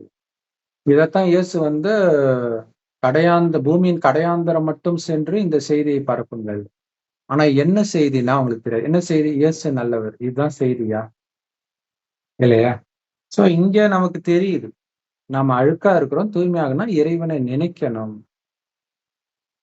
இப்ப அவங்க என்ன பண்றாங்க, கோயில்ல சர்ச்சில் போய் அலையிலையா அலையிலையா அலையிலையான்னு பாட்டு தான் பாடிட்டு இருக்கிறாங்க. பெரும்பாலும் எல்லா மதத்திலுமே அதான். மதத்தை பரப்ப சொல்றாங்கன்னு நினைச்சுக்கிட்டாங்க. அதுதான் மதத்தை தானே பரப்பிட்டு இருக்காங்க அவங்க மதத்தை. அப்படி புரிஞ்சுக்கிறாங்க. கரெக்ட். எல்லாம் கஷ்டப்பட்டு கிறிஸ்டினா மாத்தி முஸ்லிமா மாத்தி இப்ப சர்வசாதாரணமா எல்லாம் நம்ம பக்கம் வந்துருவாங்கன்ற. நம்ம தயாராகணும், அவ்வளவுதான். ஞானத்தை சொல்றதுனால எல்லாம் பெருசா வந்துட மாட்டாங்க. நீங்க தயாராயிட்டீங்கன்னா ஒரு நொடி வேலைன்ற பாபாவுக்கு வந்துட்டு சேவை பண்ணுங்கன்னு சொல்றதே அந்த குஷி நமக்கு இருக்கணும், நினைவு பண்ணணும், அதுக்கு வேண்டிதான். பட் நிறைய சொல்வாரு, நினைவுதான் முக்கியம் தான் பாபா சொல்லுவாங்க. ஒரு என்டர்டைன்மெண்ட்காக தான் சேவை பண்ண சொல்றது. சேவைனால யாரும் மாற மாட்டாங்க. நம்ம எப்ப ரெடி ஆயிருமோ அப்ப எல்லாம் ரெடி ஆயிடுவாங்க. அந்த சேவை பண்ற விதத்தை பார்த்து மாறுவாங்க. எப்படி இவங்க இவ்வளவு போதையா இருக்கிறாங்க, தண்ணி அடிச்சா மாதிரி இருக்கிறாங்க, எப்படி தண்ணி அடிச்சா கூட இந்த போதை வரமாட்டேங்குது அப்படின்னு ஆச்சரியப்படுவாங்கன்னு பாபா அந்த வார்த்தையே யூஸ் பண்ணியே சொல்றாரு முரளியில. வந்துட்டு செய்தி போய் சேர்ந்துடணும், அதான் மெயின் எல்லாருக்கும். அப்புறம் எனக்கு தெரியாதேன்னு சொல்லிடக்கூடாதுல்ல யாரும், கடைசி நேரத்துல கஷ்டப்படும்.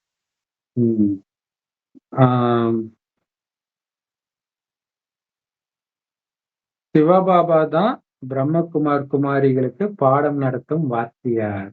மனிதர்கள் வந்து எம்ஜிஆர் இது மாதிரி நிறைய பேரை வாத்தியார்னு சொல்லிடுறாங்க, குருன்னு சொல்லிடுறாங்க. கடவுள் மட்டும்தான் நமக்கு குரு, இல்லையா? ஆஹ் பிரம்மா மூலமாக கடவுளால தத்தெடுக்கப்படுறீங்க நீங்க. எவ்வளவு பெரிய போதை அது! இன்னும் கரெக்டா சொல்லணும்னா, நம்மை தத்தெடுப்பதற்காகவே பிரம்மாவின் உடலை கடனாக எடுத்திருக்காரு நம்ம அப்பா. இது எவ்வளவு பெரிய விஷயம், இல்லையா? இது எப்படின்னா, ஒரு பெரிய பணக்காரரு உதவி செய்யணும்னு ஆசை, நிறைய ஏழை குழந்தைங்களை தத்தெடுக்கணும்னு நினைக்கிறாரு.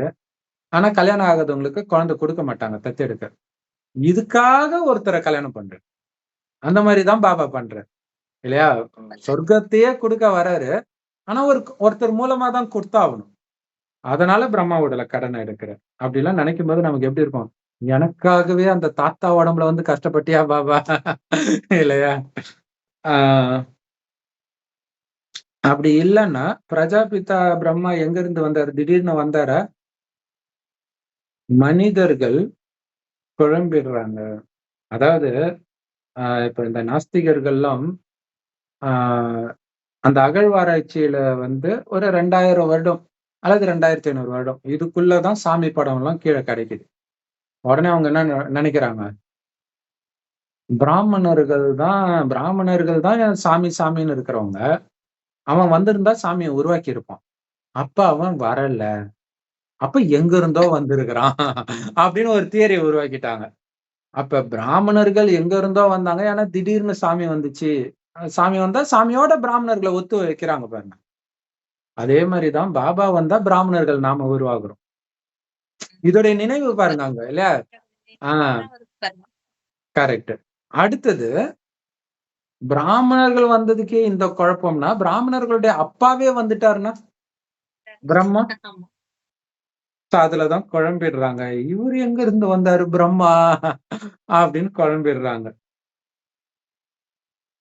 சோ அவருடைய பல ஜென்மங்களில் இறுதி ஜென்மத்தில், இறுதி காலத்தில் பிரம்மா தத்தெடுக்கப்பட்டார். இருப்பதிலேயே அதிக ஜென்மம் எடுத்தவர் பிரம்மா.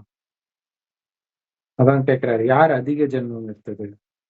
லட்சுமி நாராயணன் தான் முழுசா 84 ஜென்மம் எடுத்தாரு. எவ்வளவு பெரிய ஆச்சரியம்!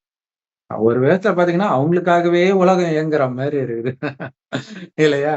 அவங்க விழுந்தா நரகம் ஆயிடுது, அவங்க எழுந்திரிச்சா சங்கம் யுகம் ஆயிடுது, ரெடி ஆயிட்டா சத்தியுகம் ஆயிடுது. சோ நமக்கு அந்த மகிமை, பட் மெயினா அவங்களுக்கு அவங்கள வச்சுதான் அந்த சக்கரமே ஓடுது. அதான் சக்கரத்தாழ்வார்னு அவர் சொல்றாங்க பெருமாள். அந்த சன்னதி அந்த எம்ஜிஆர் பாட்டு உலகம் பிறந்தது எனக்காகன்றது நமக்கு தான் பொருந்தும், வேற யாருக்குமே பொருந்தாது. இப்போ இந்து மதத்துல திருவிழா சமயத்துல சாமி வந்து ஆடுவாங்கன்னு சொல்லுவாங்கல்ல, நிறைய பேர் வந்துட்டு அந்த மாதிரி சொல்லியே புதுசு புதுசா கோயில் எல்லாம் கட்டுவாங்க. அந்த மாதிரி ஒருத்தர் உடம்புல சாமி வந்து சொல்லி எனக்கு இந்த இடத்துல கோவில் கட்டணும் அப்படின்லாம் சொல்லி பண்றாங்க. இல்ல இதெல்லாம் நம்பணுங்கிறது கூட இதெல்லாம் நடக்கலாம்ல. அதே மாதிரிதான் அப்ப இறைவன் வந்து யாரோ உடம்புல வந்துதான் பேசுவாங்க இல்லையா? அப்ப நம்புறாங்கல்ல அங்க சாமி வந்து. இததான் நம்ப மாட்டாங்க, ஏன்னா பக்தி அவங்களுக்கு பிடிச்சிருக்குது. ஒருத்தர் அந்த சாமி வரணும்ன்றதுக்காக அவங்க குடும்பத்துல எல்லாருக்கும் வரும் போல இருக்குது. அந்த ஃபங்க்ஷனுக்கு வந்து ஏதோ அம்மன் வரணும் அந்த மாதிரி ஏதோ ஒண்ணு இருக்கு போல இருக்கு. அவருக்கு வந்து அந்த சாமி வரலையேன்னு அவ்வளவு கஷ்டப்பட்டாராம். நான் கரெக்டா தானே விரதம் இருந்தேன், என்னாச்சுன்னே தெரியல, இப்படி எல்லாம் இருந்தா திடீர்னு ஒரு நாள் வந்துச்சு, எனக்கு அன்கான்சியஸ் ஆயிடுச்சு. அப்புறம் அவங்க சொன்னப்பறம் தான் எனக்கு சந்தோஷமா இருந்துச்சுன்ற. சாமி வந்துட்டு எனக்காக கோயில் கட்டுன்னு சொல்லும், அது எப்படியோ கட்டிடலாம். பட் இந்த சாமி கரிமீனை விட காமத்தை விடுன்னு சொன்னா எப்படி விட முடியும்? அதனால நாங்க ஏத்துக்க மாட்டோம். ஆனா அந்த கோயில்ல கரிமீனும் காமம் வச்சா ஏத்துக்குவாங்களா? ஏத்துக்க மாட்டாங்க, இல்லையா? இப்ப அந்த கோயில உயிரோட்டமா கட்டுறோம் நம்ம. சொர்க்கம் தான் கோயில், சிவாலயம். உயிரோட்டமா கட்டுறோன்றது ஒரு காலத்துல உயிரோட்டமா கட்டினதுடைய நினைவு தான் அங்க ஸ்தூல கோயில்.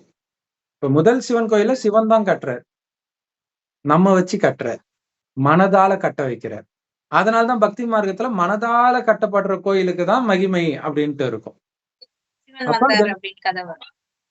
என்ன கதை அது?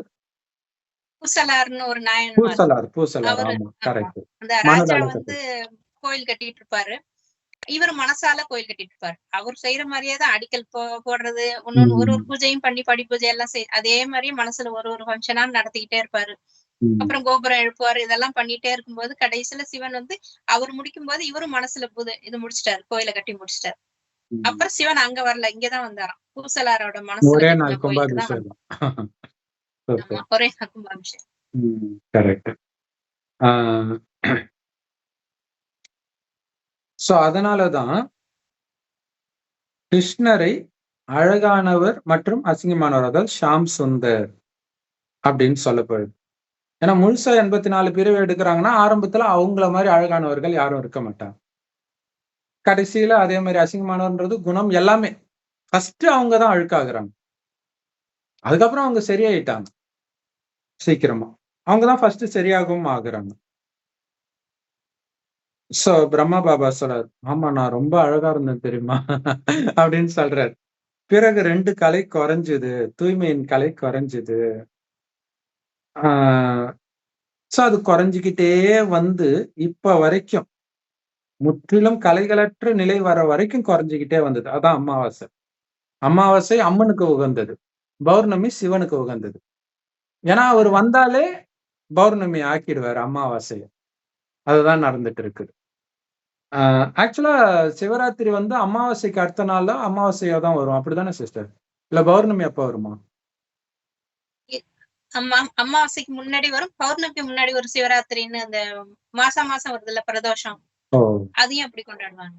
ஓ 2 சிவராத்திரி வருமா மாசம்? 2 சிவராத்திரி 2 பிரதோஷம் அந்த மாதிரி வரும். சரி சரி சரி.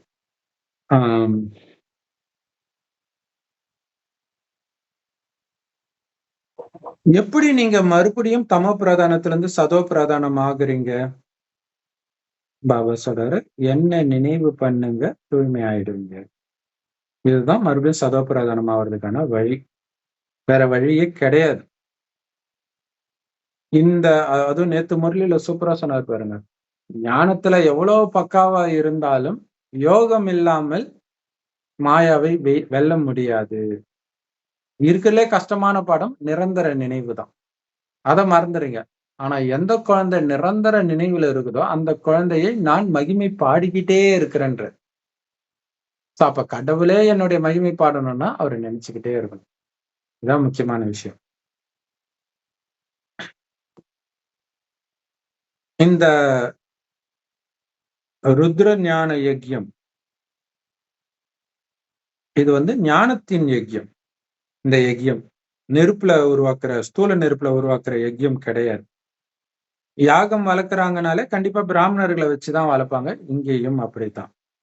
இது உயர்ந்ததிலும் உயர்ந்த யஜ்யம். அதனால உருவாக்குற பிராமணர்களும் உயர்ந்ததிலும் உயர்ந்தவர்களாக பாபாவே மாத்திர அவரே பிராமணர்களை உருவாக்கி இந்த யஜ்யத்தை உருவாக்குற.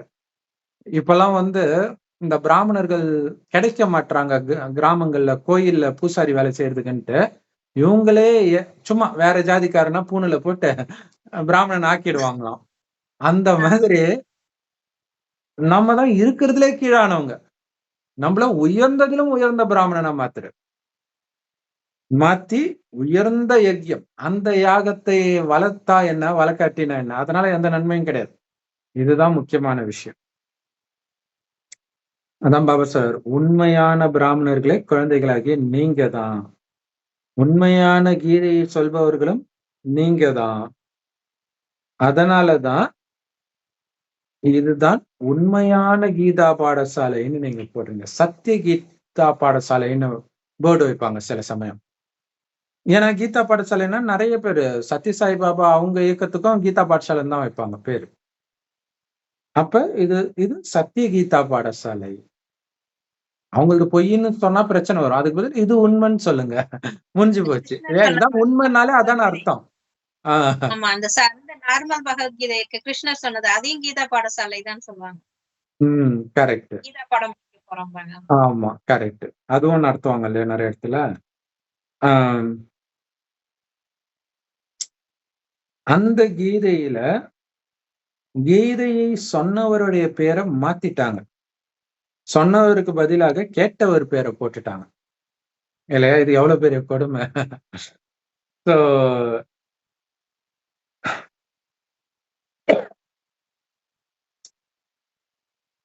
யாரு இந்த ஆஸ்தியை முந்தைய கல்பத்தில் அடைந்தார்களோ அவர்களே மீண்டும் இப்ப ஆஸ்தியை அடைவார்கள்.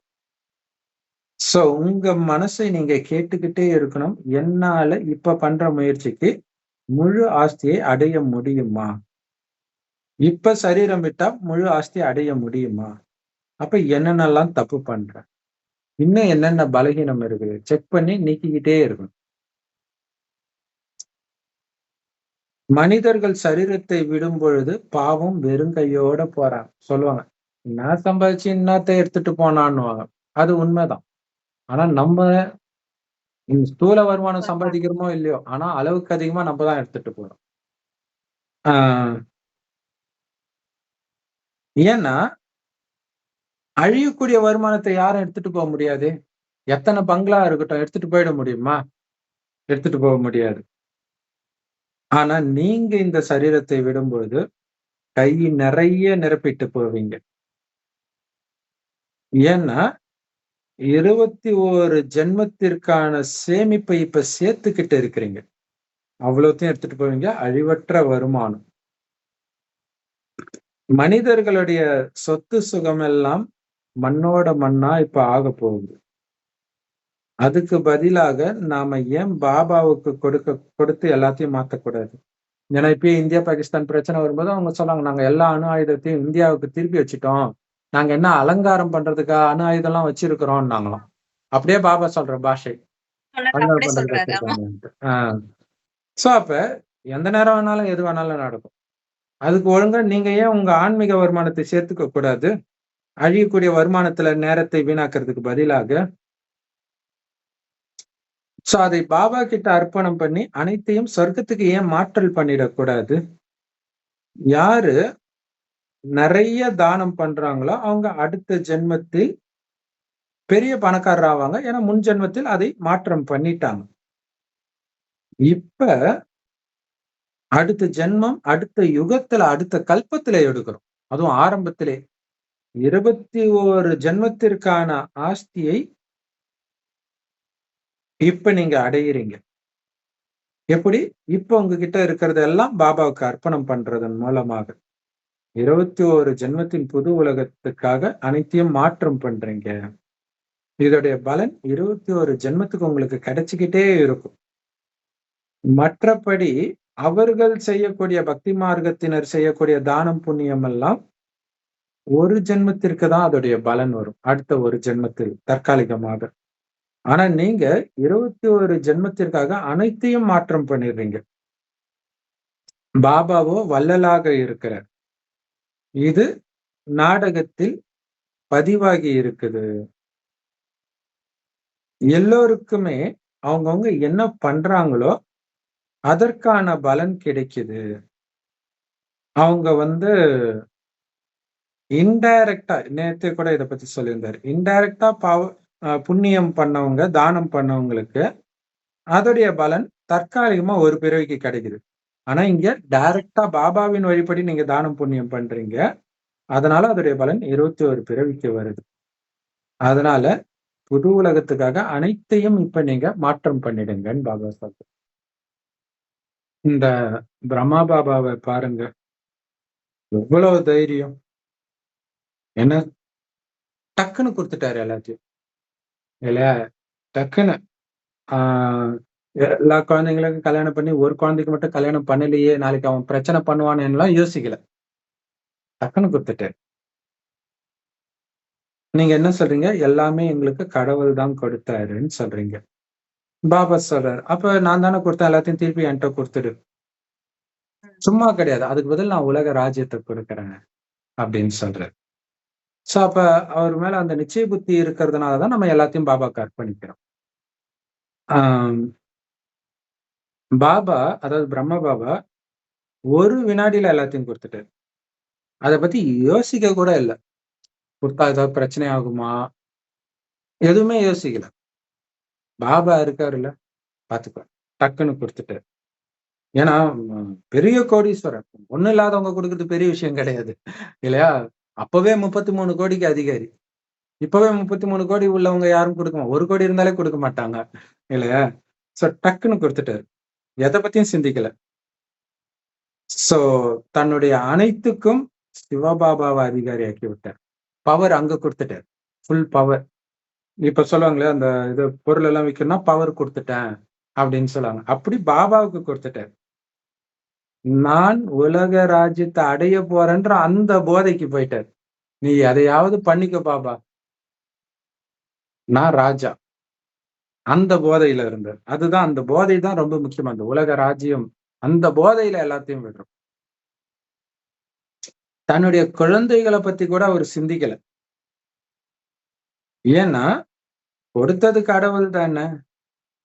அப்ப நான் எப்படி யாருக்கும் பொறுப்பா இருக்க முடியும்? எப்படி சூப்பரா சொன்னாரு பாருங்க. அந்த காலத்துல சொல்லுவாங்க இல்லையா, மரத்தை வச்சவன் தண்ணி விடுவான், நான் எதுக்கு கவலை பண்ணணும்.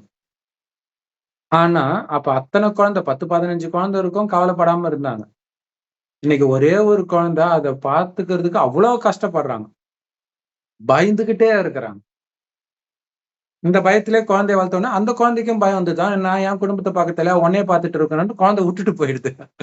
சோ அப்படி இருக்குது உலகம் இப்ப. சோ இது சூப்பரான லைன். கொடுத்தது கடவுள், பொறுப்பு அவரோடது, நான் எதுக்கு கவலைப்படணும். பாத்தீங்களா, 21 ஜென்மத்துக்காக எல்லாத்தையும் கொடுத்துட்டாரு. ஆக்சுவலா சன்னியாசிகள் கூட அப்படிதான் பண்ணுவாங்க, திடீர்னு போயிடுவாங்க இல்லையா. இப்ப கூட பாத்தீங்கன்னா ஈஷா யோகாவிலயும் சரி, நித்யானந்தா ஆசிரமத்திலயும் சரி, சில பெண் குழந்தைங்க போய் அவங்க அப்பா அம்மா இப்ப வரைக்கும் கேஸ் கோர்ட்டுன்னு போயிட்டு தான் இருக்கிறாங்க. அப்ப அவங்களுக்கு அந்த வைராக்கியம் வருது பாருங்க, செம அது.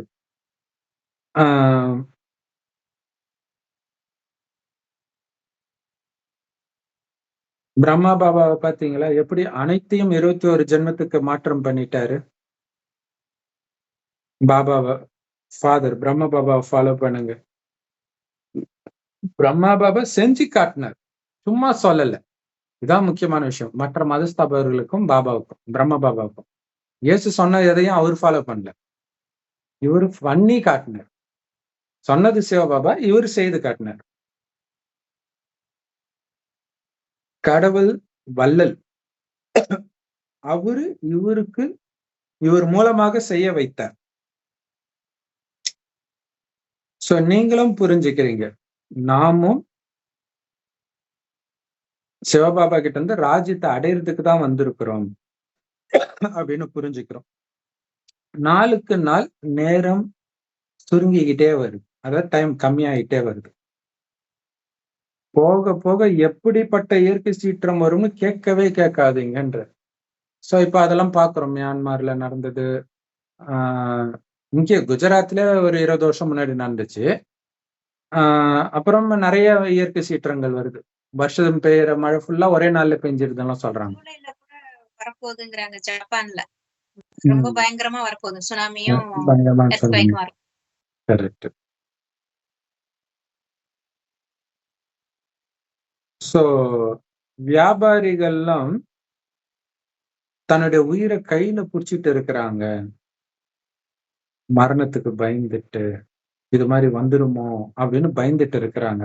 ஏன்னா அவ்வளவு சேர்த்து வச்சுட்டாங்கல்ல, நாடா எதையுமே அனுபவிக்கவே இல்லையே, நம்ம குழந்தைங்களுக்கு எல்லாம் போகும்னு நினைச்சுமே, அதுதான் அவங்களுக்கு பயங்கர வலியா இருக்கும்.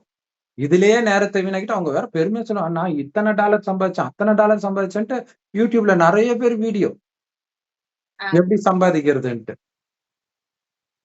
சோ அப்படி மரண பயத்துல அவங்கதான் இருப்பாங்க. இருக்கிறவங்க தானே பயப்படுவாங்க, இல்லாதவங்க எதுக்கு பயப்பட போறாங்க. சிலர் இன்கம் டாக்ஸ் ஆபீசர் வந்துட்டாலே பயந்துடுறாங்க.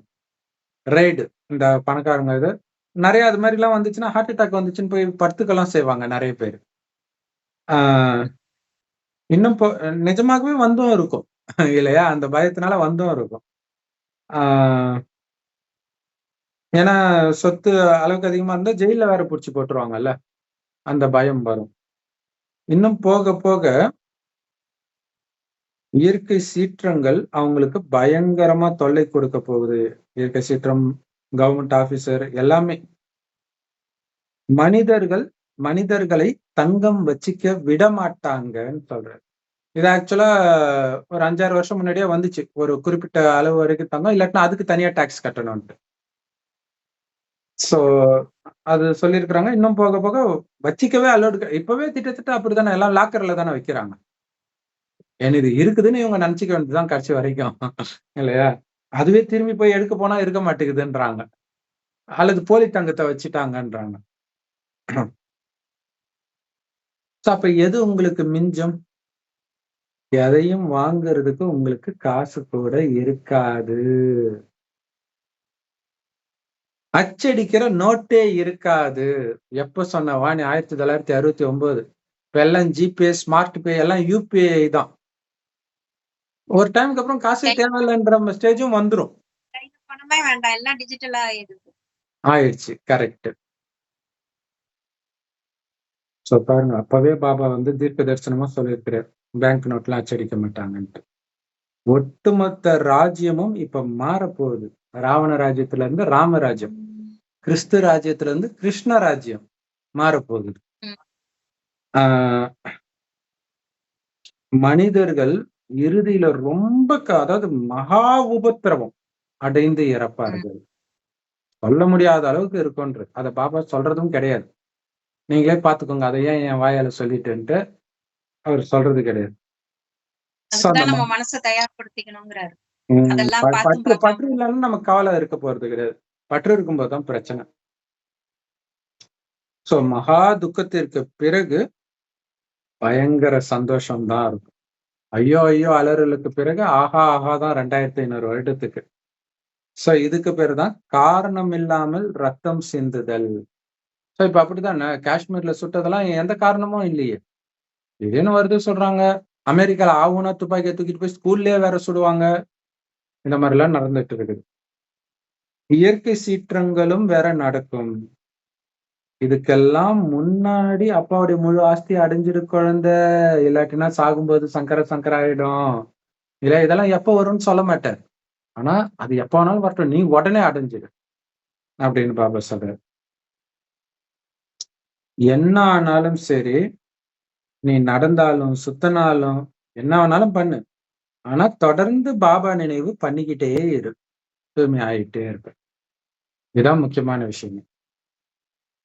இப்ப ஒரு 5 மணி நேரம் 6 மணி நேரம் ஒரு டிராவல் பண்றாங்க ட்ரெயின்ல அல்லது பஸ்ல அப்படின்னா, அதாவது பஸ்ல நீங்க போறீங்க அப்படின்னா 1 மணி நேரம் போறதே இன்னும் ஒரு வருஷம் ஃபுல்லா போற மாதிரி இருக்கும். ஆனா அதுக்கு பதில் போனை நோண்டினீங்கன்னு வச்சுக்கலாம், எப்ப போனீங்கன்னே தெரியாது. அந்த மாதிரிதான் பாபா சொல்றாரு, எப்படியும் ஏதோ ஒரு காரியம் பண்ணதான் போறீங்க, அப்ப அப்படியே நினைவோட பண்ணிட்டு வந்துடுங்க. டைம் யூஸ்ஃபுல்லா ஆயிட போகுது இல்லையா? அது இல்லாம ஆனந்தமாவும் இருக்கும் பாபா நினைவுல இருக்கும் பொழுது. அப்ப ஒரு போனை நோண்டிட்டு இருந்தா 8 மணி நேரம் டிராவல் 8 நிமிஷம் மாதிரி அனுபவம் ஆகுதுன்னா, இப்ப பாபாவை உண்மையிலே குஷியா நினைச்சா அப்படிதான் உங்களுக்கு ஆகும். ஆனா ஜென்ரலா எல்லாரும் என்ன சொல்றது, அமிர்தால ஏஞ்சி உட்காந்தா டைமே போக மாட்டேங்குது, பண்றது என்னமோ 1/2 மணி நேரம் தான், அதுவே போக மாட்டேங்குது, பார்த்துக்கிட்டே இருக்கிறாங்க, அதுக்குள்ள 10 தடவை தூங்கி வழியிறாங்க. அப்ப அந்த அந்த ஆர்வம் இல்ல, நம்ம பெரிய வருமானம் அது ஞாபகம் இருக்கணும். அங்க சொர்க்கத்தை நான் கட்டிக்கிட்டு இருக்கிறேன்றது ஞாபகம் இருக்கணும். இல்ல ஸ்தூலமா ஒரு தங்க மாளிகை கட்டுறதா கூட நினைக்கலாம் இல்லையா? அதுக்காக நான் நினைச்சிட்டு இருக்கிறேன். பாபாவோட கனெக்ஷன் கிடைக்கலன்னா அப்படிதான் இருக்கும். தூக்கம் வரும், அந்த மாதிரி டைம் போறது தெரியும். கனெக்ஷன் கிடைச்சிட்டுன்னா அதெல்லாம் தெரியாது. அதுவும் அந்த ஆர்வத்தோட போனை நோண்டும் போது என்ன ஆர்வம் இருக்குதோ அதே ஆர்வம் இருக்கணும். ஆக்சுவலா அதை விட அதிகமா இருக்கணும். அப்ப டைம் போறதே தெரியாது, நமக்கு ஜாலியா இருக்கும். சோ அப்படி நீங்க எது பண்ணாலும் பாபா நினைவு கட்டாகாம பாத்துக்கிட்டாலே நீங்க தூய்மை ஆயிடுவீங்க. மகா விநாசங்கள், இயற்கை சீற்றங்கள் எல்லாம் வரப்போகுது. அப்ப மனிதர்கள் அலறுவாங்க துக்கத்துல. அதனாலதான் பாபா சொல்றாரு, அந்த மாதிரி நீங்க மாட்டி அலறாம இருக்கணும்னா இப்ப அந்த அளவுக்கு நினைவு பண்ற பயிற்சி பண்ணிக்கிட்டே இருந்தாதான் அப்ப அது வரும். இல்லைன்னா சுத்தி நடக்கிறது தான் தெரியும். கொஞ்ச நேரம் நீங்க நினைக்க ட்ரை பண்ணாலும் அதுக்கப்புறம் சுத்தி இருக்கிறதுல உங்க கவனம் போயிடும், துக்கத்தை கொடுக்கும். சோ இப்ப நீங்க எந்த அளவுக்கு நினைவு பண்ணணும்னா அவ்வளவு குழப்பத்திற்கு இடையிலும் ஒரு பாபாவை தவிர எந்த நினைவும் உங்களுக்கு வராது. அந்த மாதிரி இப்ப நினைக்கணும்ன்ற. அந்த பயிற்சியிலே இருக்கிறவங்களுக்கு அதேதான் இருக்கும். இப்ப கிறிஸ்தவர்கள், முஸ்லிம்கள் எல்லாம் உலக அழிவு எங்கேயாச்சும் நடந்துச்சுன்னா சந்தோஷப்படுறாங்க. ஏன்னா அவங்க புக்ல இருக்குதான். ஆனாலும் சந்தோஷப்படுறாங்க. ஆனா அதுக்கு அவங்க ஒண்ணும் தயாராகலன்னு அவங்களுக்கே தெரியல. அவங்க என்ன நினைச்சுக்கிறாங்க, ஒரு செகண்ட்ல உயிர் போயிடும், நம்ம சொர்க்கத்துக்கு போயிடும் அப்படின்னு நினைச்சுக்கிறாங்க. இயேசுவின் 2வது வருகை வரும் வந்து நம்மள கூட்டிட்டு போயிடுவாரு அப்படின்னு நினைச்சிட்டு இருக்காங்க. யாரு? அழிவு வரும்போது இயேசுவின் 2வது வருகை வரப்போகுது, அதுக்குதான் இந்த அழிவு கிட்டக்க நெருங்கிடுச்சுக்க, அப்ப வந்து நம்மள கூட்டிட்டு போயிடுவாரு அப்படின்னு நினைக்கிறாங்க அவங்க. இப்ப நாம பாக்குறோம்ல, இந்த குழந்தைங்கள்ல இருந்து பெரியவங்கள்ல இருந்து பாலஸ்தீனத்துல அந்த குண்டு மழை, அந்த சவுண்ட் எப்படி இருக்கும், பயம். அவங்க அவ்வளவு சித்திரவதை அனுபவிக்கிறாங்கன்னா இன்னும் போக போக இதை விட அதிகமா தானே ஆகும். இப்ப அதுக்கு தயாரான நமக்கு கான்சென்ட்ரேட் பண்ண முடியாது. அப்ப இப்பவே பலமா ஆயிக்கிட்டாதான் அப்பயும் நம்மளால பாபாவை நினைக்க முடியும். கண்டிப்பா. ஏன்னா உக்ரைன்ல பாபா சென்டர்லாம் இருந்தது, இப்ப இருக்காது. இப்பதான் சண்டை போட்டு இருக்காங்க, இருக்காது. அப்ப இப்ப பயிற்சி பண்றதுக்கான நேரம் கிடையாது. முரளி படிக்கிறதுக்கும் அதுக்கும் டைம் கிடையாது. ஏன்னா வலுக்கட்டாயமா ஆண்கள் வெளில போக கூடாதுன்னா எப்படி நீங்க முரளி படிப்பீங்க? கரண்ட் கிடையாது. அப்ப அதுக்கு முன்னாடியே பக்காவா பயிற்சி பண்ணியிருந்தா அங்க அந்த நினைவுலே இருந்தா தப்பிச்சாங்க. சோ எப்படி யாருக்கு கடைசி நேரத்துல எங்க போய் மாட்டுவோம் தெரியாது. இப்ப பாபா நினைவை தவிர எதுவுமே இல்லாம அந்த ஆனந்தத்திலே இருக்கணும். அதான் ரொம்ப முக்கியமான விஷயம்.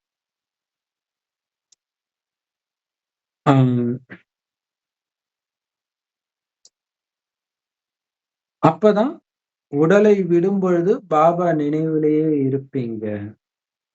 எந்த நண்பர்கள், உறவினர்களும் ஞாபகம் வந்துடக்கூடாது. அதுக்கு இப்பவே எந்த நண்பரையும் உறவினரையும் நினைக்க கூடாது. இப்ப நினைச்சீங்கன்னா அதான் கடைசியில வரும். தொட்டில் பழக்கம் சுடுகாடு பட்டோன்றது நமக்கு தான் மெயினா.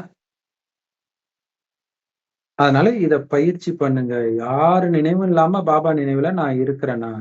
ஏன்னா திடீர்னு வருமே, எப்ப வேணாலும் வருமே, எப்ப வேணாலும் உயிர் பிரியுமே. பிராக்டிஸ் பண்ணிட்டே இருக்கணும். சோ பாபாவை மட்டும் நினைவு செய்து நாராயணன் ஆகுங்க.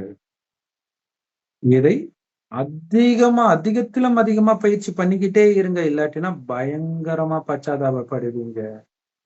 ஐயோ நினைவு வரலையேன்னு நினைக்கிறதே முதல் வலி. மற்ற வலி இன்னும் அதிகமாக இருக்கும். யாரையாவது நினைச்சிட்டீங்கன்னா ஃபெயில்ன்ற ஒரு செகண்ட் தான். ஒரு செகண்ட் டெஸ்ட் பேப்பர் தானே சொல்றேன். உடலை விட்டவுடன் நான் சொர்க்கத்துக்கு போறேன்னு ஞாபகம் வருதா, பொண்டாட்டி புள்ள ஞாபகம் வருதா? ஒரு செகண்ட் முடிவு பண்ணும், நீங்க மேல் நோக்கி போகுதா ஆத்மா, இல்ல சைடுக்கு போகுதான்ட்டு. சைடுக்கு போனா மாட்டிக்கிறோம். ஒரு விதத்துல சிலுவையில அறையிறாங்கன்னு கை காலம் கட்டி வச்சிருக்கிறாங்க, அடிச்சு வச்சிருக்கிறாங்க அப்படின்னா மாட்டிக்கிறாரு. அதனாலதான் பிதாவே என்னை ஏன் கைவிட்டீர். அப்ப அவர்கிட்ட மட்டும் புத்தி இருக்கணும். அதுதான் முக்கியமான விஷயம். அது ஒரு எச்சரிக்கை. இது வேற யாரு நினைச்சாலும் ஃபெயில் ஆயிடுவீங்க.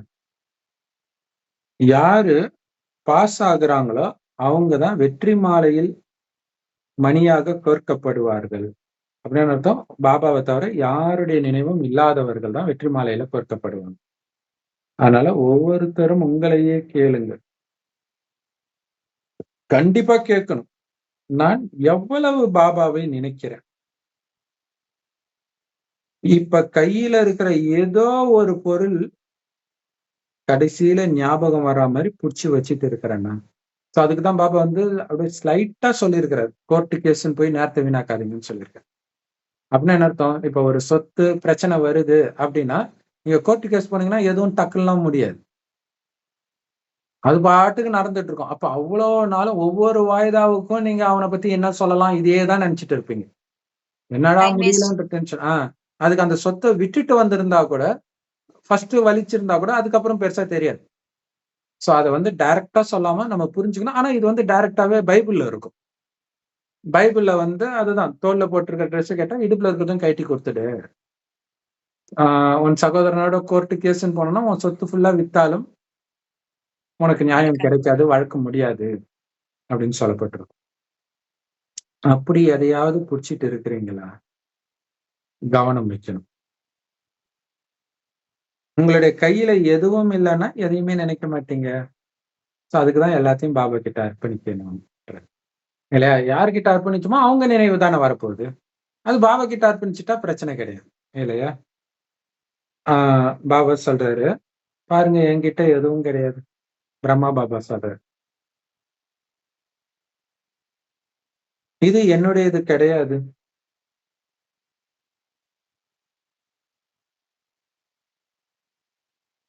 சோ இது பிரம்மா பாபா சொல்றாரா சிவபாபா சொல்றாரா தெரியல. சிவபாபா சொல்றாருன்னு நினைக்கிறேன். பாருங்க என்கிட்ட எதுவுமே கிடையாது, இந்த உடலும் என்னது கிடையாது. அப்படி இருக்கணும்ன்றார். சிவபாபாவை ஃபாலோ பண்ண சொல்றாரு. இல்ல அந்த உடல்ல வந்தாலும் அவர் அதை பத்தி கவலைப்படுறது இல்ல. சோ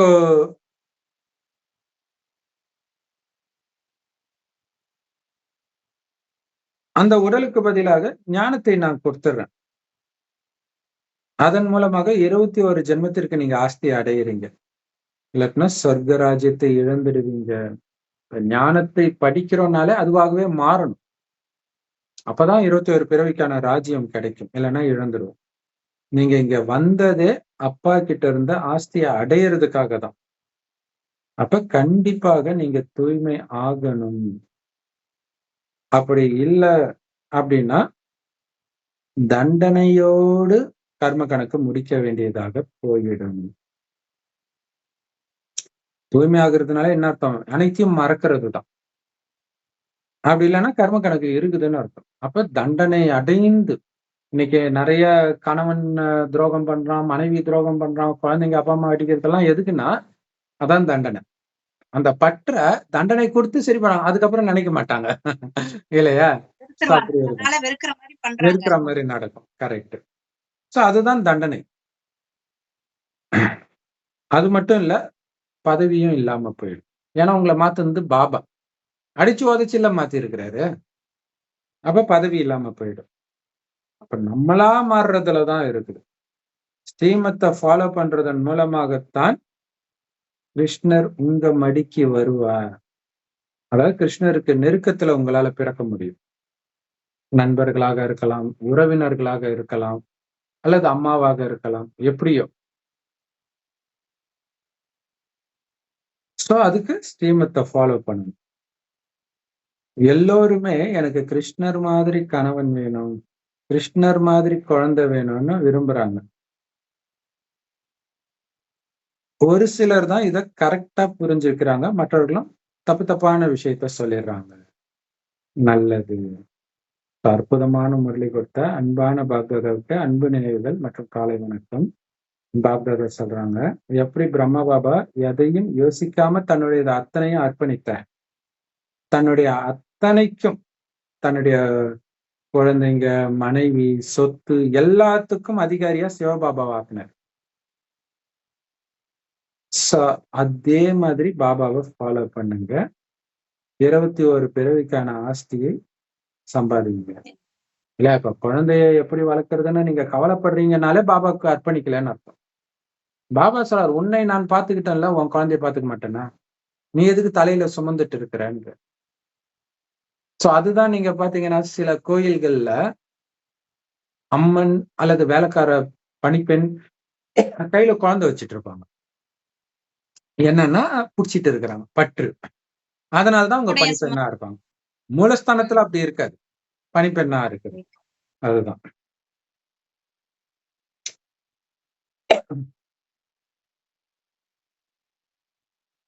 சோ 21 ஜென்மத்திற்கு ஆஸ்தியை சம்பாதியுங்கள் பிரம்மா பாபா மாதிரி. எந்த அளவுக்கு நினைவின் பயிற்சி இருக்கணும் அப்படின்னா, பாபாவை தவிர வேற எதுவுமே இறுதியில உங்களுக்கு ஞாபகம் வரக்கூடாது. அப்ப இப்பத்துல இருந்தே அவரை தவிர வேற எதையுமே நினைக்காம இருக்கிற பயிற்சி பண்ணதான் அது சாத்தியம். எதுவுமே என் இது கிடையாது, எல்லாமே சிவபாபாவுடையது அப்படி நினைக்கணும். நீங்க பண்ண வேண்டியதெல்லாம் அப்பா ஆஸ்தி, இதை மட்டும் நினைவு பண்ணிக்கிட்டே இருங்க. இந்த நினைவு இருந்துச்சு அப்படின்னா நீங்க மதிப்போடு தேர்ச்சி பெற்று வெற்றி மாலையில் மணியாக ஆகிடுவீங்க அப்படின்னு சொல்ற. சமபாசி வரதானம்.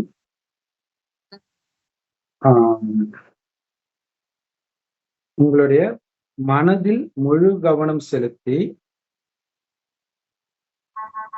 உலக நன்மை செய்யக்கூடியவராக ஏறும் கலையை அனுபவம் செய்யுங்கள். அதுக்கு விளக்கம், இறுதி நேரத்தில் இப்ப இறுதி காலம் தான் நடந்துட்டு இருக்குது. இந்த நேரம் நீங்க உங்க மனதின் மூலமாகவே உலக மாற்றத்திற்கு கருவியாகணும். மனச சேவையின் மூலமாக தான் உலகமே மாறுது.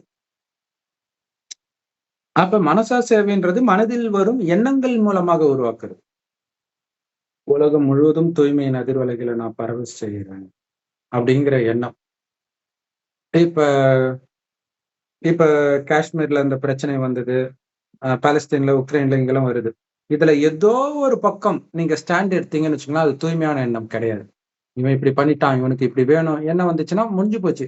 தெய்வமே சபிச்சா என்ன ஆகுது பக்தர்களுடைய நிலைமை. அதனாலதான் பாபா சொல்றாரு, ஒரு எண்ணம் கூட வீணான எண்ணம் வந்துச்சுன்னா மிகப்பெரிய நஷ்டமாயிடும் இல்லையா? அதனால உங்களுடைய ஒரு எண்ணம் கூட சாதாரணமா இருந்துடக்கூடாது. ஏன்னா ஒரு எண்ணம் தானே அப்படின்னு சாதாரணமா நினைக்காதீங்க. ஏன்னா இப்ப எண்ணங்கள்ல வர எந்த விதமான குழப்பமும் மிகப்பெரிய குழப்பமாக கருதப்படும்.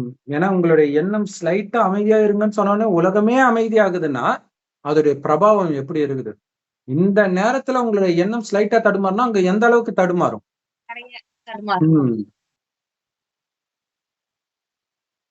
ஏன்னா இப்ப காலம் மாறிடுச்சு. அப்ப முயற்சியின் வேகம் மாறணும். அதிவேகத்துல இருக்கணும் முயற்சி. அப்படின்னு என்ன அர்த்தம்னா ஒரு வீண் எண்ணம் கூட வரக்கூடாது. அதான் அதிவேக முயற்சி. வீண் எண்ணம் வந்துகிட்டே இருக்கிறது தான் ஸ்லோவான முயற்சி. இப்ப முயற்சியின் வேகத்தை அதிகரிக்கணும் இல்லையா, மாற்றணும் இல்லையா? அப்ப என்ன பண்ணணும்? வீண் எண்ணங்களுக்கு உடனடியா நீங்க முற்றுப்புள்ளி வைக்க கத்துக்கணும், வைக்கணும். இப்ப தேவை அதுன்ற அது இஷ்டத்துக்கு எண்ணம் எழுப்பக்கூடாது. நீங்க என்ன எண்ணத்தை இப்ப எழுப்புறதுக்கு உட்கார்ந்தீங்களோ அந்த எண்ணம் மட்டும்தான் இருக்கணும். அந்த அளவுக்கு உங்களுடைய எண்ணத்திற்கு எப்ப நீங்க கவனம் கொடுக்கறீங்களோ அப்பதான் உங்களுடைய ஏறும் கலையின் மூலமாக உலகத்தை மாற்றம் செய்பவர் ஆக முடியும். ஏன்னா அப்படி ஒரே எண்ணத்தில் இருக்கும்போது நமக்கு ஏறும் கலை வருது, நம்மளுடைய குணம், ஆஸ்தி எல்லாமே ஏறுது. இதன் மூலம் உலகத்தையே மாத்துறோம். அதனால்தான் உங்கள் ஏறும் கலையில் தான் உலகத்திற்கே ஏறும் கலை இருக்குது அப்படின்னு பாபா சொல்வார். செம பவர்ஃபுல்லான வார்த்தை. எண்ணம், குறிப்பா யோக பலம், இதை பற்றியதான் தொடர்ந்து வருது. ஒரே எண்ணத்தையே திரும்ப திரும்ப எழுப்புறது தான் யோகா. வெறும் பாபாவை நினைக்கிறது மட்டும் கிடையாது, நினைக்கிறதுமே ஒரு எண்ணம் தானே. அந்த ஒரு எண்ணத்தையே எழுப்பிட்டு இருக்கிறது. ஏதாவது ஒரு ஸ்வமான், அதுக்குதான் ஒரு முக்கியமான ஒரு 3-4 பாயிண்ட் ஞாபகம் வச்சுக்கணும் முரளியில. அதை திரும்ப திரும்ப அசை போடணும். அது ரொம்ப நல்லா இருந்துச்சுன்னா அடுத்த நாள் முரளியில படிக்கும்போது அதையுமே சேர்த்துக்கலாம். ஒரு சில முரளியில அந்த அளவுக்கு இல்லைன்னா அதுக்கு முன்னாடி நாள் முரளி மொத்தத்துல உங்க மைண்ட்ல எப்பயுமே இருக்கணும். அப்பதான் அது உங்களுடைய குணமாகவே மாறும். எத்தனை தடவை அந்த எண்ணத்தை எழுப்பிக்கிட்டே இருக்கிறீங்களோ அது உங்களுடைய குணமா ஆழமா சமட்டியில அடிக்கிறீங்கன்னு அர்த்தம். ஆழமா இறக்குறீங்க. அது ஸ்லோகன். காரியம் செய்யும் பொழுதும் யோகத்தை யார் அனுபவம் பண்றாங்களோ அவங்கதான் கர்மயோகி அப்படின்னு சொல்லப்படுது. ஒரு பாட்டு ஆயர்பாடி மாளிகையில் பாட்டுல பாத்தீங்கன்னா கிருஷ்ணரை மகிமை பாடி இருப்பாங்க. அவன் தூங்குறது கூட யோக நிலை போல் இருக்கும் அப்படின்ட்டு ஒரு லைன் வரும். சோ தூங்குறது, காரியம் செய்யறது எல்லாமே யோகத்துல இருக்கணும். சூப்பர். அதுதான் கர்மயோகின்றது. அவ்யக்த இஷாரா, இணைந்த ரூபத்தின் நினைவு மூலமாக சதா வெற்றியாளராகுங்கள். பாபா சொல்றாங்க, நானு பாபா இணைஞ்சே இருக்கணும். சோ பாபா எப்படியோ அந்த மாதிரி குணம் தான் நமக்கு வரணும். தாயை போல பிள்ளை, நூலை போல சிலைன்றாங்களே, இங்க பாபாவோடு நீங்க ஒட்டிக்கிட்டு இருக்கிறீங்க. அவருடைய குணம் தான் உங்களுடைய குணமாக இருக்கணும். அப்ப அவரு எல்லாருக்கும் சுபபாவனை, சுப விருப்பம் இப்படிதான் வைப்பாரு. சுபமான வார்த்தை தான் பேசுவாரு. சுபமான உயர்ந்த பார்வை, உயர்ந்த வார்த்தை தான் பேசுவாரு. உயர்ந்த கர்மம் தான் செய்வார். சோ அதே தான் நீங்களும் பண்ணணும். அவரோட இணைந்து சுபபாவனை, சிரேஷ்ட விருப்பம், சிரேஷ்ட வார்த்தை, சிரேஷ்ட திருஷ்டி, உயர்ந்த கர்மம், இதன் மூலமாக நான் விஸ்வ கல்யாணக்காரி சொரூபத்துல இருக்கிறன்றத முதல்ல நீங்க அனுபவம் பண்ணணும். இல்ல ஏன் எல்லாத்தையும் இதை பண்ணிட்டு இருக்கிறேன், ஏன் உயர்ந்த பார்வை, எல்லாரும் நல்லா இருக்கணும்னு, ஏன்னா நான் உலகத்தை இப்ப மாத்திட்டு இருக்கிறேன். அதை அனுபவம் பண்ணும்போது இது நடக்கும். அப்படி அனுபவம் செஞ்சீங்கன்னா ஒரு வினாடியில எல்லா பிரச்சனைக்கும் தீர்வு காண முடியும்ன்ற. எவ்வளவு பெரிய விஷயம் இல்லையா? சோ இதே 2-3 நாள் முன்னாடி சொல்லியிருந்தாரு, உலகத்துக்கு நன்மை செய்பவன் நான்ற உணர்வுல நீங்க நிலைச்சிருந்தீங்கன்னா எந்த பிரச்சனையிலும் நீங்க சிக்க மாட்டீங்க, உங்க மனம் தடுமாறாது அப்படின்னு சொல்லியிருப்பாரு. பயப்பட மாட்டீங்கன்னு சொல்லியிருப்பாரு. எந்த உறவுலையும் ஆமா, பிரச்சனைகளும் தானாவே முடிஞ்சிருங்கிறாரு. அந்த சிரேஷ்ட பார்வை, சிரேஷ்ட விருப்பம், செயல். கண்டிப்பா. சோ இங்க இந்த மாதிரி இருந்தீங்கன்னா ஒரு வினாடியில எல்லா பிரச்சனைக்கான தீர்வும் உங்களுக்கு கிடைச்சிடும்ன்ற. ஏன்னா மனம் அமைதியா இருக்கும்போது டக்குன்னு தெரியும். ஆக்சுவலா இந்த ராஜராஜ சோழன் அந்த கோயிலை கட்டுனதெல்லாம் இப்ப இருக்கிற அளவுக்கு மனம் கெட்டு போயிருக்காது. அதனால அந்த கோயிலை எப்படி கட்டுறதுன்னு உங்களுக்கு ஈஸியா தெரியும். இப்ப ரொம்ப கெட்டு போயிட்டதுனால அது நமக்கு தெரிய மாட்டேங்குது. நம்ம தான் கட்டியே இருப்போம், ஆனா நமக்கு தெரியாது. அதே மாதிரி பிரச்சனைக்கான தீர்வும் நல்ல தூய்மையா இருக்கும்போது, வெறும் தூய்மையா இருந்தா சுபமான எண்ணம் தான் உருவாக்கும். அப்படி இருக்கும்போது பிரச்சனைக்கான தீர்வு டக்குன்னு தெரியும். ஓ, நான் இப்படி நவர்ந்தா போதும்ல, அதை விட்டு நான் ஏன்டா நவரணும், நான் இங்க இருக்கிற அது வெட்டு குத்துன்னு போயிடும். சதா ஒரு ஸ்லோகன் நினைவு வையுங்க. அது என்ன? நான் யாருக்கும் பிரச்சனையை உருவாக்க வர்றதுக்கு காரணமா இருக்க மாட்டேன். அதே மாதிரி மற்றவர்கள் எனக்கு பிரச்சனை கொடுத்தாலும் அதனால என் மனம் தடுமாற விட மாட்டேன். மொத்தத்துல பாபா நினைவு கட்டாகாம அந்த சுபபாவனை கொடுத்துக்கிட்டே இருக்கும். அதுதான் பிரச்சனையினால தடுமாறாம இருக்கு. ஏன்னா பிரச்சனையில தடுமாறிட்டீங்கன்னா சுபபாவனை கொடுக்கறதுக்கெல்லாம் ஞாபகம் இருக்கு, முடியவும் செய்யாது இல்லையா? அப்ப நானும் தீர்வு சொரூபமா இருப்பேன், மற்றவர்களுக்கும் நான் தீர்வாக இருப்பேன் இல்லையா? அதாவது நான் மாறிட்டேன்னா அவங்களுக்கு பிரச்சனை சால்வ் ஆயிடும், அப்ப தீர்வு தருவேன் அப்படின்ற. இந்த ஞாபகம் உங்களுக்கு இருந்துச்சுனாலே வெற்றி சொரூபமா உங்களை அதை ஆக்கிடும், அந்த ஞாபகமே மாத்திடும்ன்ற. ஆனா மனிதர்கள் இப்ப சினிமால எல்லாம் என்ன ஆச்சு, நான் வம்புக்கு போக மாட்டேன், ஆனா வந்த வம்பை விட மாட்டேன். எப்படியெல்லாம் ராவணன் என்டர் ஆகுறான் பாருங்க இல்லையா? இங்க வந்தாலும் நான் தடுமாற மாட்டேன், அவர்களுக்கு தீர்வு தான் கொடுத்து அனுப்புவேன், பிரச்சனையை அதிகப்படுத்த மாட்டேன் அப்படிங்கிறது. சம பார்த்து சாந்தி. I love you, Bob brother. Thank you, Bob brother. குஷியா இருங்க, குளிர்ச்சியா இருங்க.